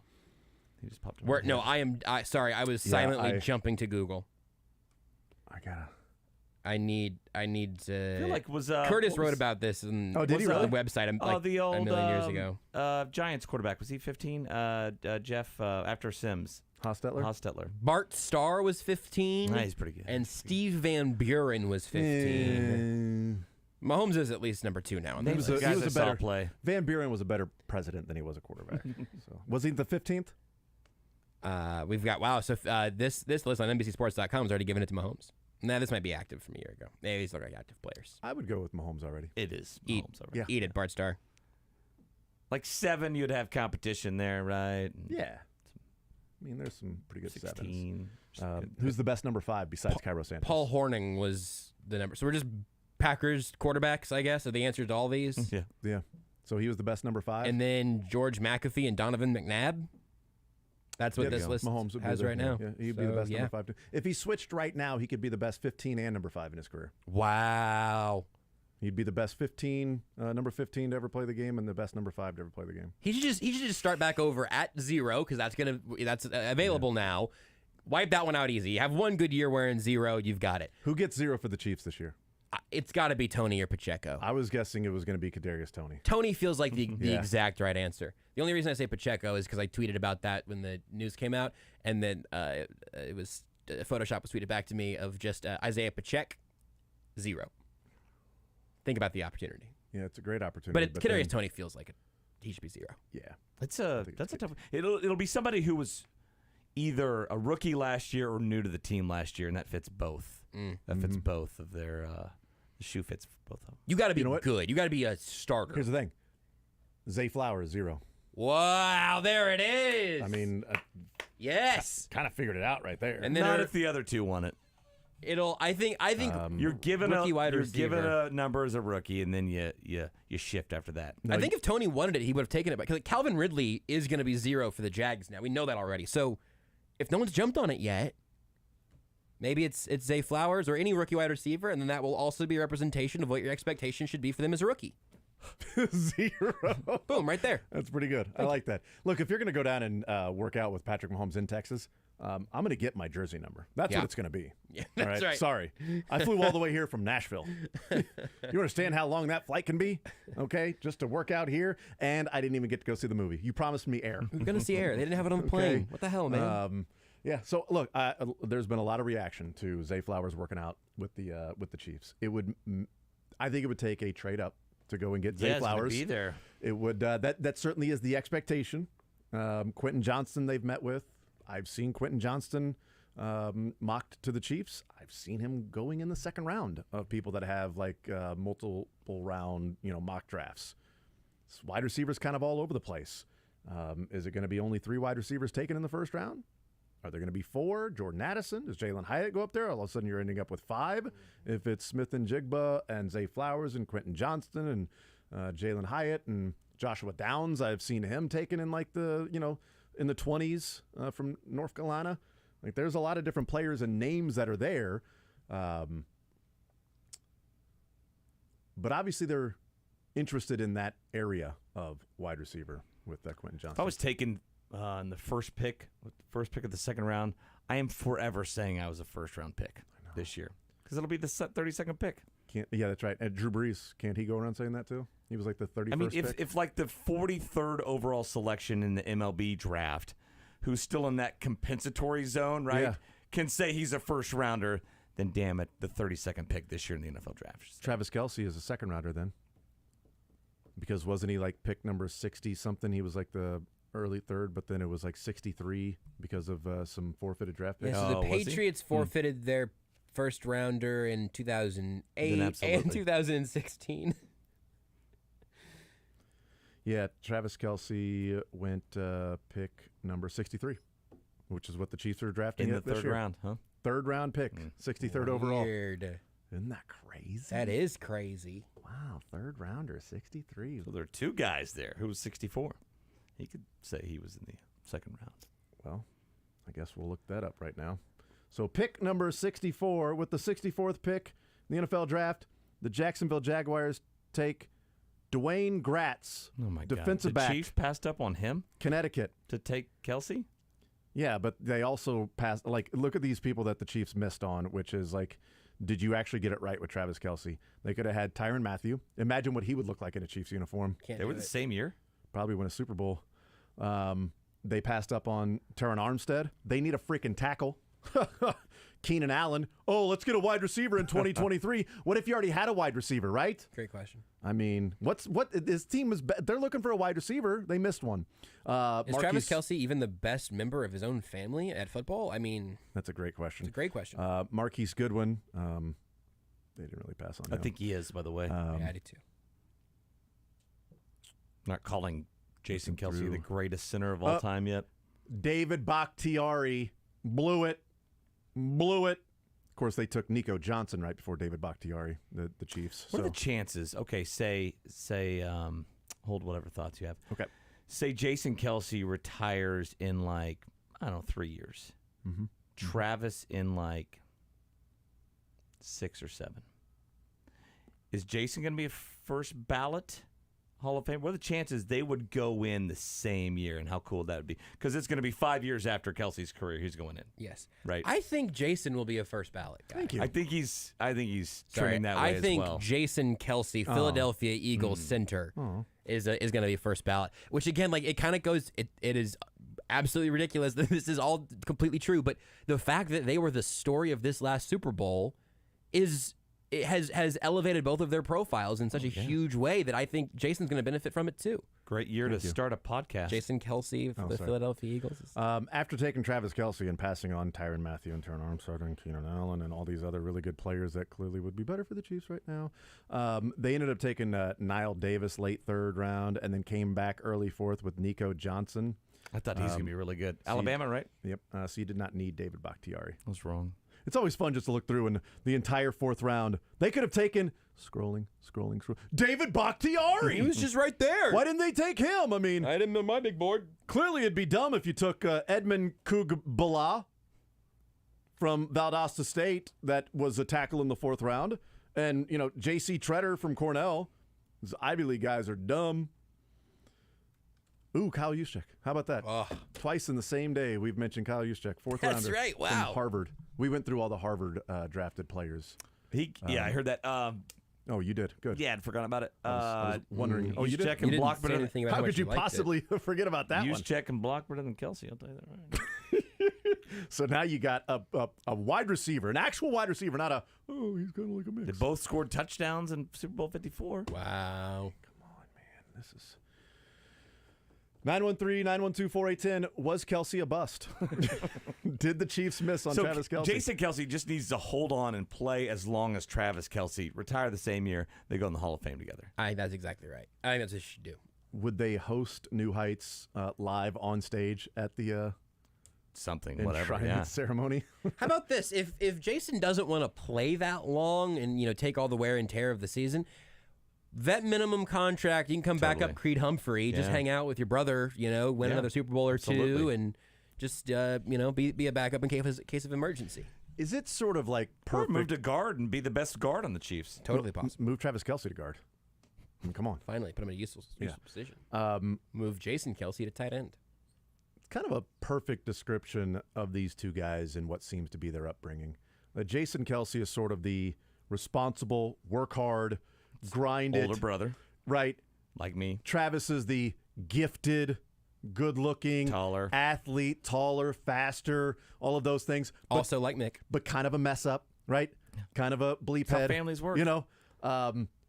Travis getting kicked out of Cincinnati, then back, goes pretty much 2nd round, 63rd. I think he was ineligible 1 year of high school as well. Right. Jason Kelce, the guy who kept his nose clean and just fought and battled, 6th rounder. It's just like one plays a skill position, the other plays one forgotten. guy has just been doing the dirty work lunch pail every day, and the other guy has been like, life is great. What's wrong? Hey, I get kicked out. Oh, now I'm the greatest tight end that ever lived. Life is good. What's wrong with you? Come on. These brothers there with all like leather hands from actually working a real man's job, and Kelce shaking hands with this very soft lotioned hand. When they do play together in Kansas City, they need to at least have a package inside of like the 5-yard line where they go back to their original college drafted positions. Travis is the quarterback and Jason is the running back, and you run a play, a little option play or something like that. That would be great. That'd be great because running backs can also snap the football, as we saw with Ezekiel Elliott. and those plays work out perfectly. It's just the flipping that play on its head. Have the center be the running back as opposed to what happened there. We'll take a timeout. We'll come back. We'll continue rolling into the zone, presented by Google Fiber. Hanging out with Mick Schaefer. More right after this. Mick Schaefer in the Zone is brought to you by Atomic Cowboy Sports Saloon, home of the 2-story biscuit sandwiches from Denver Biscuit Company.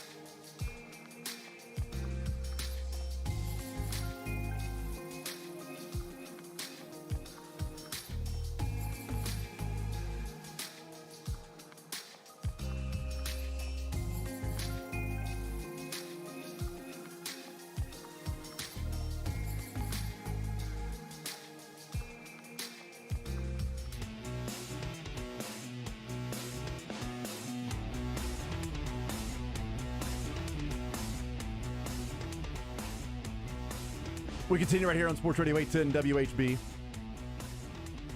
Text says Justin Ross 0 since he was undrafted.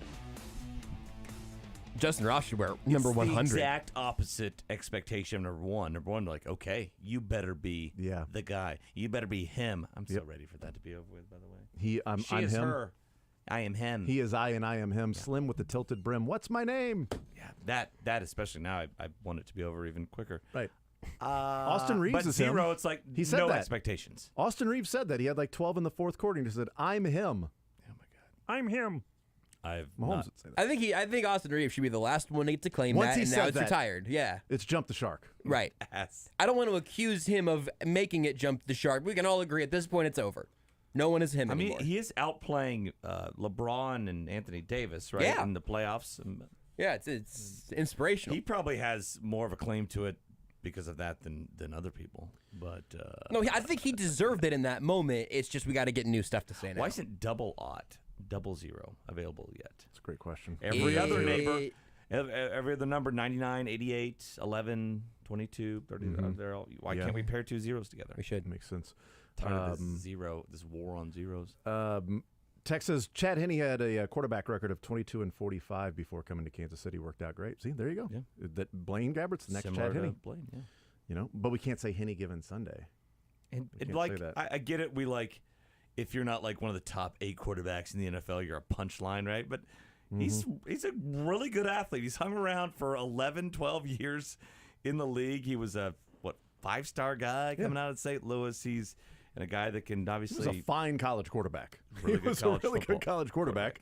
You know, it just didn't win the Big 12. He wasn't perfect. He wasn't, the step up from Chase Daniel. Where was he drafted? To Jacksonville, number but 10. where? 10 overall? Number 10. Yep, he and Mahomes both went number 10. Same careers. He was like 2012 draft, I want to say. I'll take your or word 11. for it. I'll 11, take your word something for it. Tex says, what kind of holder is Blaine Gabbert? Great question. Can he grow his hair back out long again like the current holder? Yeah, I'm not interested really in Blaine Gabbert until he's got hair sticking out of the back of his helmet again. That seems like a prerequisite. Tex says is talking about the visit. Said says that's why they had Pickens in last year for the visit. See his mentality, personality. They passed on him. It could be. Yeah, I mean they could have drafted Pickens. He was on the clock. They traded back. Pickens was drafted. I think that is likely very fair, yeah. You probably have a pretty decent idea of the team that's trading up to get that player that, Pittsburgh's moving up to this spot. You think they want Pickens? Well, it was, gee, I hope not. We really, really want Pickens, so let's move back and hope that 3 other teams pass on wide receiver. Well, the options were slim there at that point. Yeah. Just Pickens. But they also had, like, the potential was, to the sky. And now they look at receiver and think they need more. Tex says, kind of amazing how little these guys know about a local kid as good as Tommy Adebawore? Adabo, not the guy we were talking about earlier. This is different. This is pronounced Townsend. Aid Bawori. From Northwestern. Yes. Yeah. What about him? I know a decent amount about him. I just got his last name wrong. Said the local guys know. He was the guy we guessed. Yeah, we guessed him The early. guy we guessed. We were just Out of wrong Tommy about him. Yeah, I'm talking to him later on today. And his little brother, PJ, was a standout this year on the defensive line going to Oklahoma. So, they're both transitioning to the next huge level together. One of the NFL, one to major college football. Yep. Tex says, dragons are intelligent creatures. I go wide receiver. Fly in the air, catch the ball, fly to the end zone. Trust their hands. Touchdown, Kansas City. That's an easy. Hands is concerning. Got to get your feet in bounds. The ball to the dragon. No matter what size he or she is, she can be her. Yeah. Out there. Yeah. I'm her. I'm her. Yeah. Imagine just the dragon from Shrek. Tex says, be specific about your dragon. Have you seen Mulan? Mushu is tiny. Great. See, this is this is important. This is what the Dragon Scouting Combine is for. We got to get measurements. The official Mulan draft guide lists him at 5'10". I just think there's no chance in hell. So we got to get some official measurements. All right, 913-912-4810 is the text line. To be a Anybody part of the think show. this bit's dragging on? I think we're spitting fire. Boom! That make you do one. Don't fall for it. Yeah, Mick just can't perform on this scale. Oh my God! All right. Just winging it, baby. We're just winging it. We're flying to the break. Mick Schaefer's brought to you by Atomic Cowboy Sports Saloon. As seen on Food Network, Diners, Drive-Ins, and Dives, and Man vs. Food, try it today at 42nd and Pennsylvania in Westport. How am I supposed to do this? I don't know what to do. What do I do here, guys? I'm not sure. You know what you should do?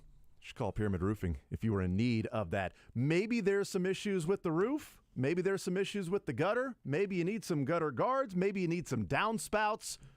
Need the gutters cleaned from the leaves and everything. Go ahead and get it taken care of with Pyramid Roofing. It is the best spot for you. They will take care of your house. They'll take care of the roof, deliver the high-quality commercial and residential roofing services, the utmost honesty, integrity. They stay on top of the industry standards, all of the new developments, the right equipment, top-quality roofing materials, asphalt, tile, steel, and more for the unique roof installation and repair job for what you need specifically. If it's your own home or your company's building, Pyramid, the only call you need to make, 816-966-1101. You can go to pyramidroofingkc.com. That is 816-966-1101 for Pyramid Roofing. Tonight on ESPN Radio.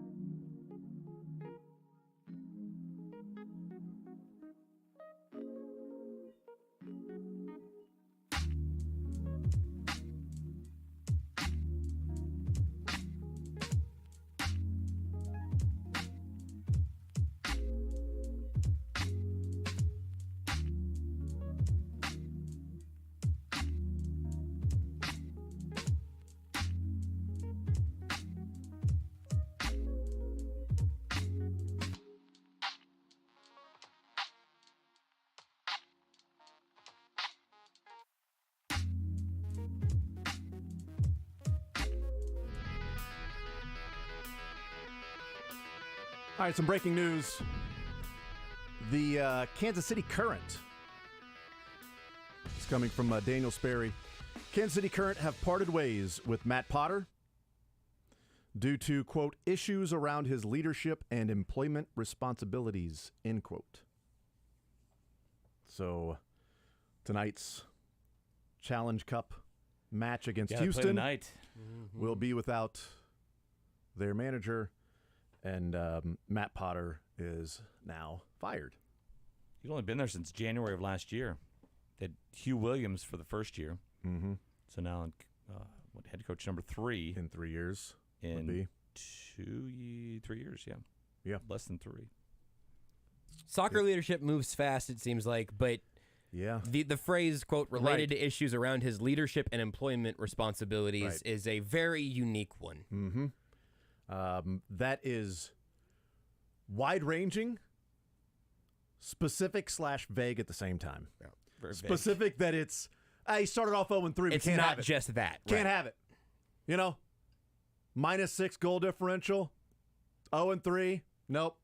Got to go. Yeah, good season last year, but this was his entire tenure moving forward was about these 3 matches. They're 4 matches away, removed from the NWSL championship match. Right. It's like, but these 3, this is what it was about. Well, that's obviously not the case. So issues around his leadership and employment responsibilities is specific in that it's not really about wins and losses, but vague in that what else is it about?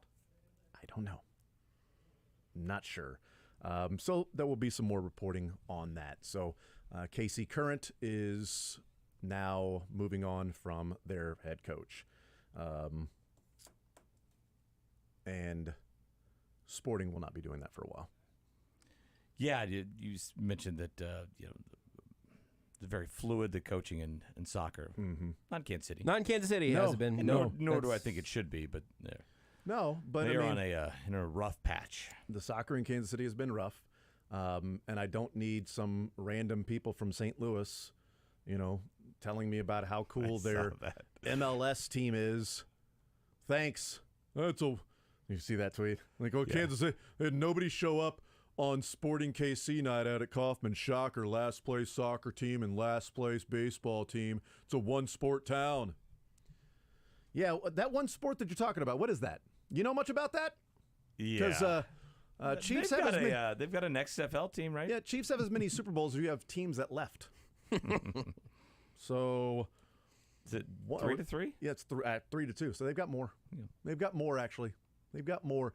Even without this last one, they had more. So I don't know. Congrats on getting an MLS team and then trying to claim the soccer capital of the United States. Yeah, you've had an MLS team for 6 minutes. And we're the as real many soccer Super Bowls capital. since you lost the Rams. Like that, it's been that recent. Yeah, that's right.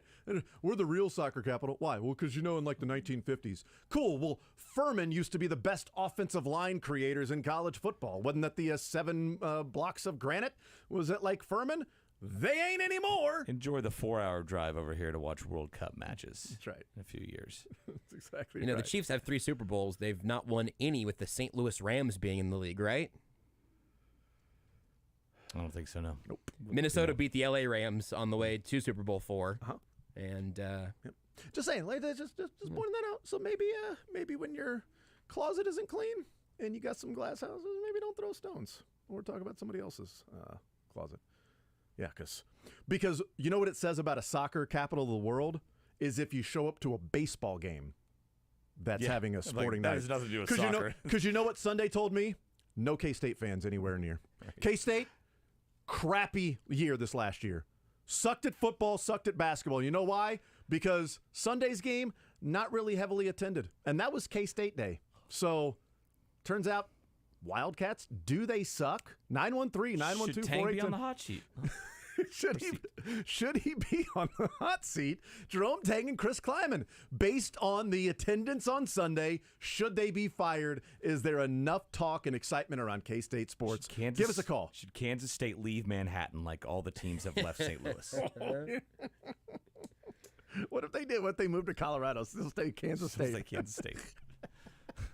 We do have to confront that it is extremely funny that the Royals got shut out on Sporting Kansas City Day. Well, the odds of them getting shut out in any given day is probably pretty high. good. Pretty high, yeah. It's just unfortunate with Sporting Kansas City Day, but that really isn't the end all be all. Like, that's a commitment to the promotion, That town says they love soccer, and they didn't go to a baseball game where they had a soccer guy on a shirt. But hold on. No, it just proves that you guys aren't great with soccer because you didn't watch a baseball game. Did you see the shirt they were giving away? Clearly you're a terrible cook because I saw the way you made that bed. What?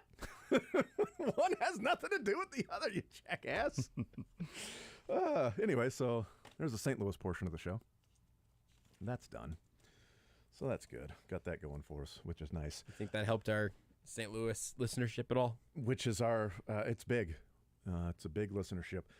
Mick, I was going to ask you about this on Monday, but we just ran out of time, and we got a little bit of time here, so I'll ask you now. Do you see the tweets from Anthony Bass, the pitcher for the Blue Jays? Oh, man. And complaining about United Airlines. Oh, it did, yeah. Those are his kids, right? His 2 kids and his 22-week pregnant wife that apparently, he said, the flight attendants made her get on her hands and knees to clean up the popcorn on the ground. And he tweeted out, and he was very upset and very frustrated, and it did not go the way he thought. It did not go the way he thought because the reaction was essentially, who the hell's going to clean it up if it's not for, your kids? How about having your kids clean it up? Well, what about the cleaning crew? The flight attendants? What'd you think, Mick? I would absolutely have cleaned it up. Yeah. Yeah. Or had the kids clean it up. And no, Them get down. clean it up, yeah. I'll hold my hand out. You will hand me those popcorn I kernels. would not have gotten all stompy foot on social media and looked for attention and for clicks and likes. Yeah. So it went the other way? Oh, dude, he's getting roasted. It's I love that he was 52 like, million impressions. Honey, don't get on your hands and knees. I'm going to take a picture of this. Or could you grab... No, I'm tweeting it now. Was he on the flight? I don't think he was on the flight. I don't think he was on the flight. Yeah. It's disappointing. So she took a picture, I think, of the kids, and then it just happened to be like she could use that later on of like, oh, hey, here's the mess. But on her Instagram, she was having fun with it. She was joking around. And then he was like, no, I'm pissed off for you, honey. I'm Anthony Bass. People know me. My house smells of mahogany. Barstool Sportsbook at Hollywood Casino and Shamrock Roofing and Construction are proud to bring you live coverage of the 2023 NFL Draft in Kansas City. Sports Radio 810 WHB is your exclusive home for every pick throughout the draft. From the first pick to Mr. Irrelevant, we have you covered. It's all brought to you by Barstool Sportsbook at Hollywood Casino, Shamrock Roofing and Construction, your Midwest Ford dealers, and by Ascentus Hair Restoration.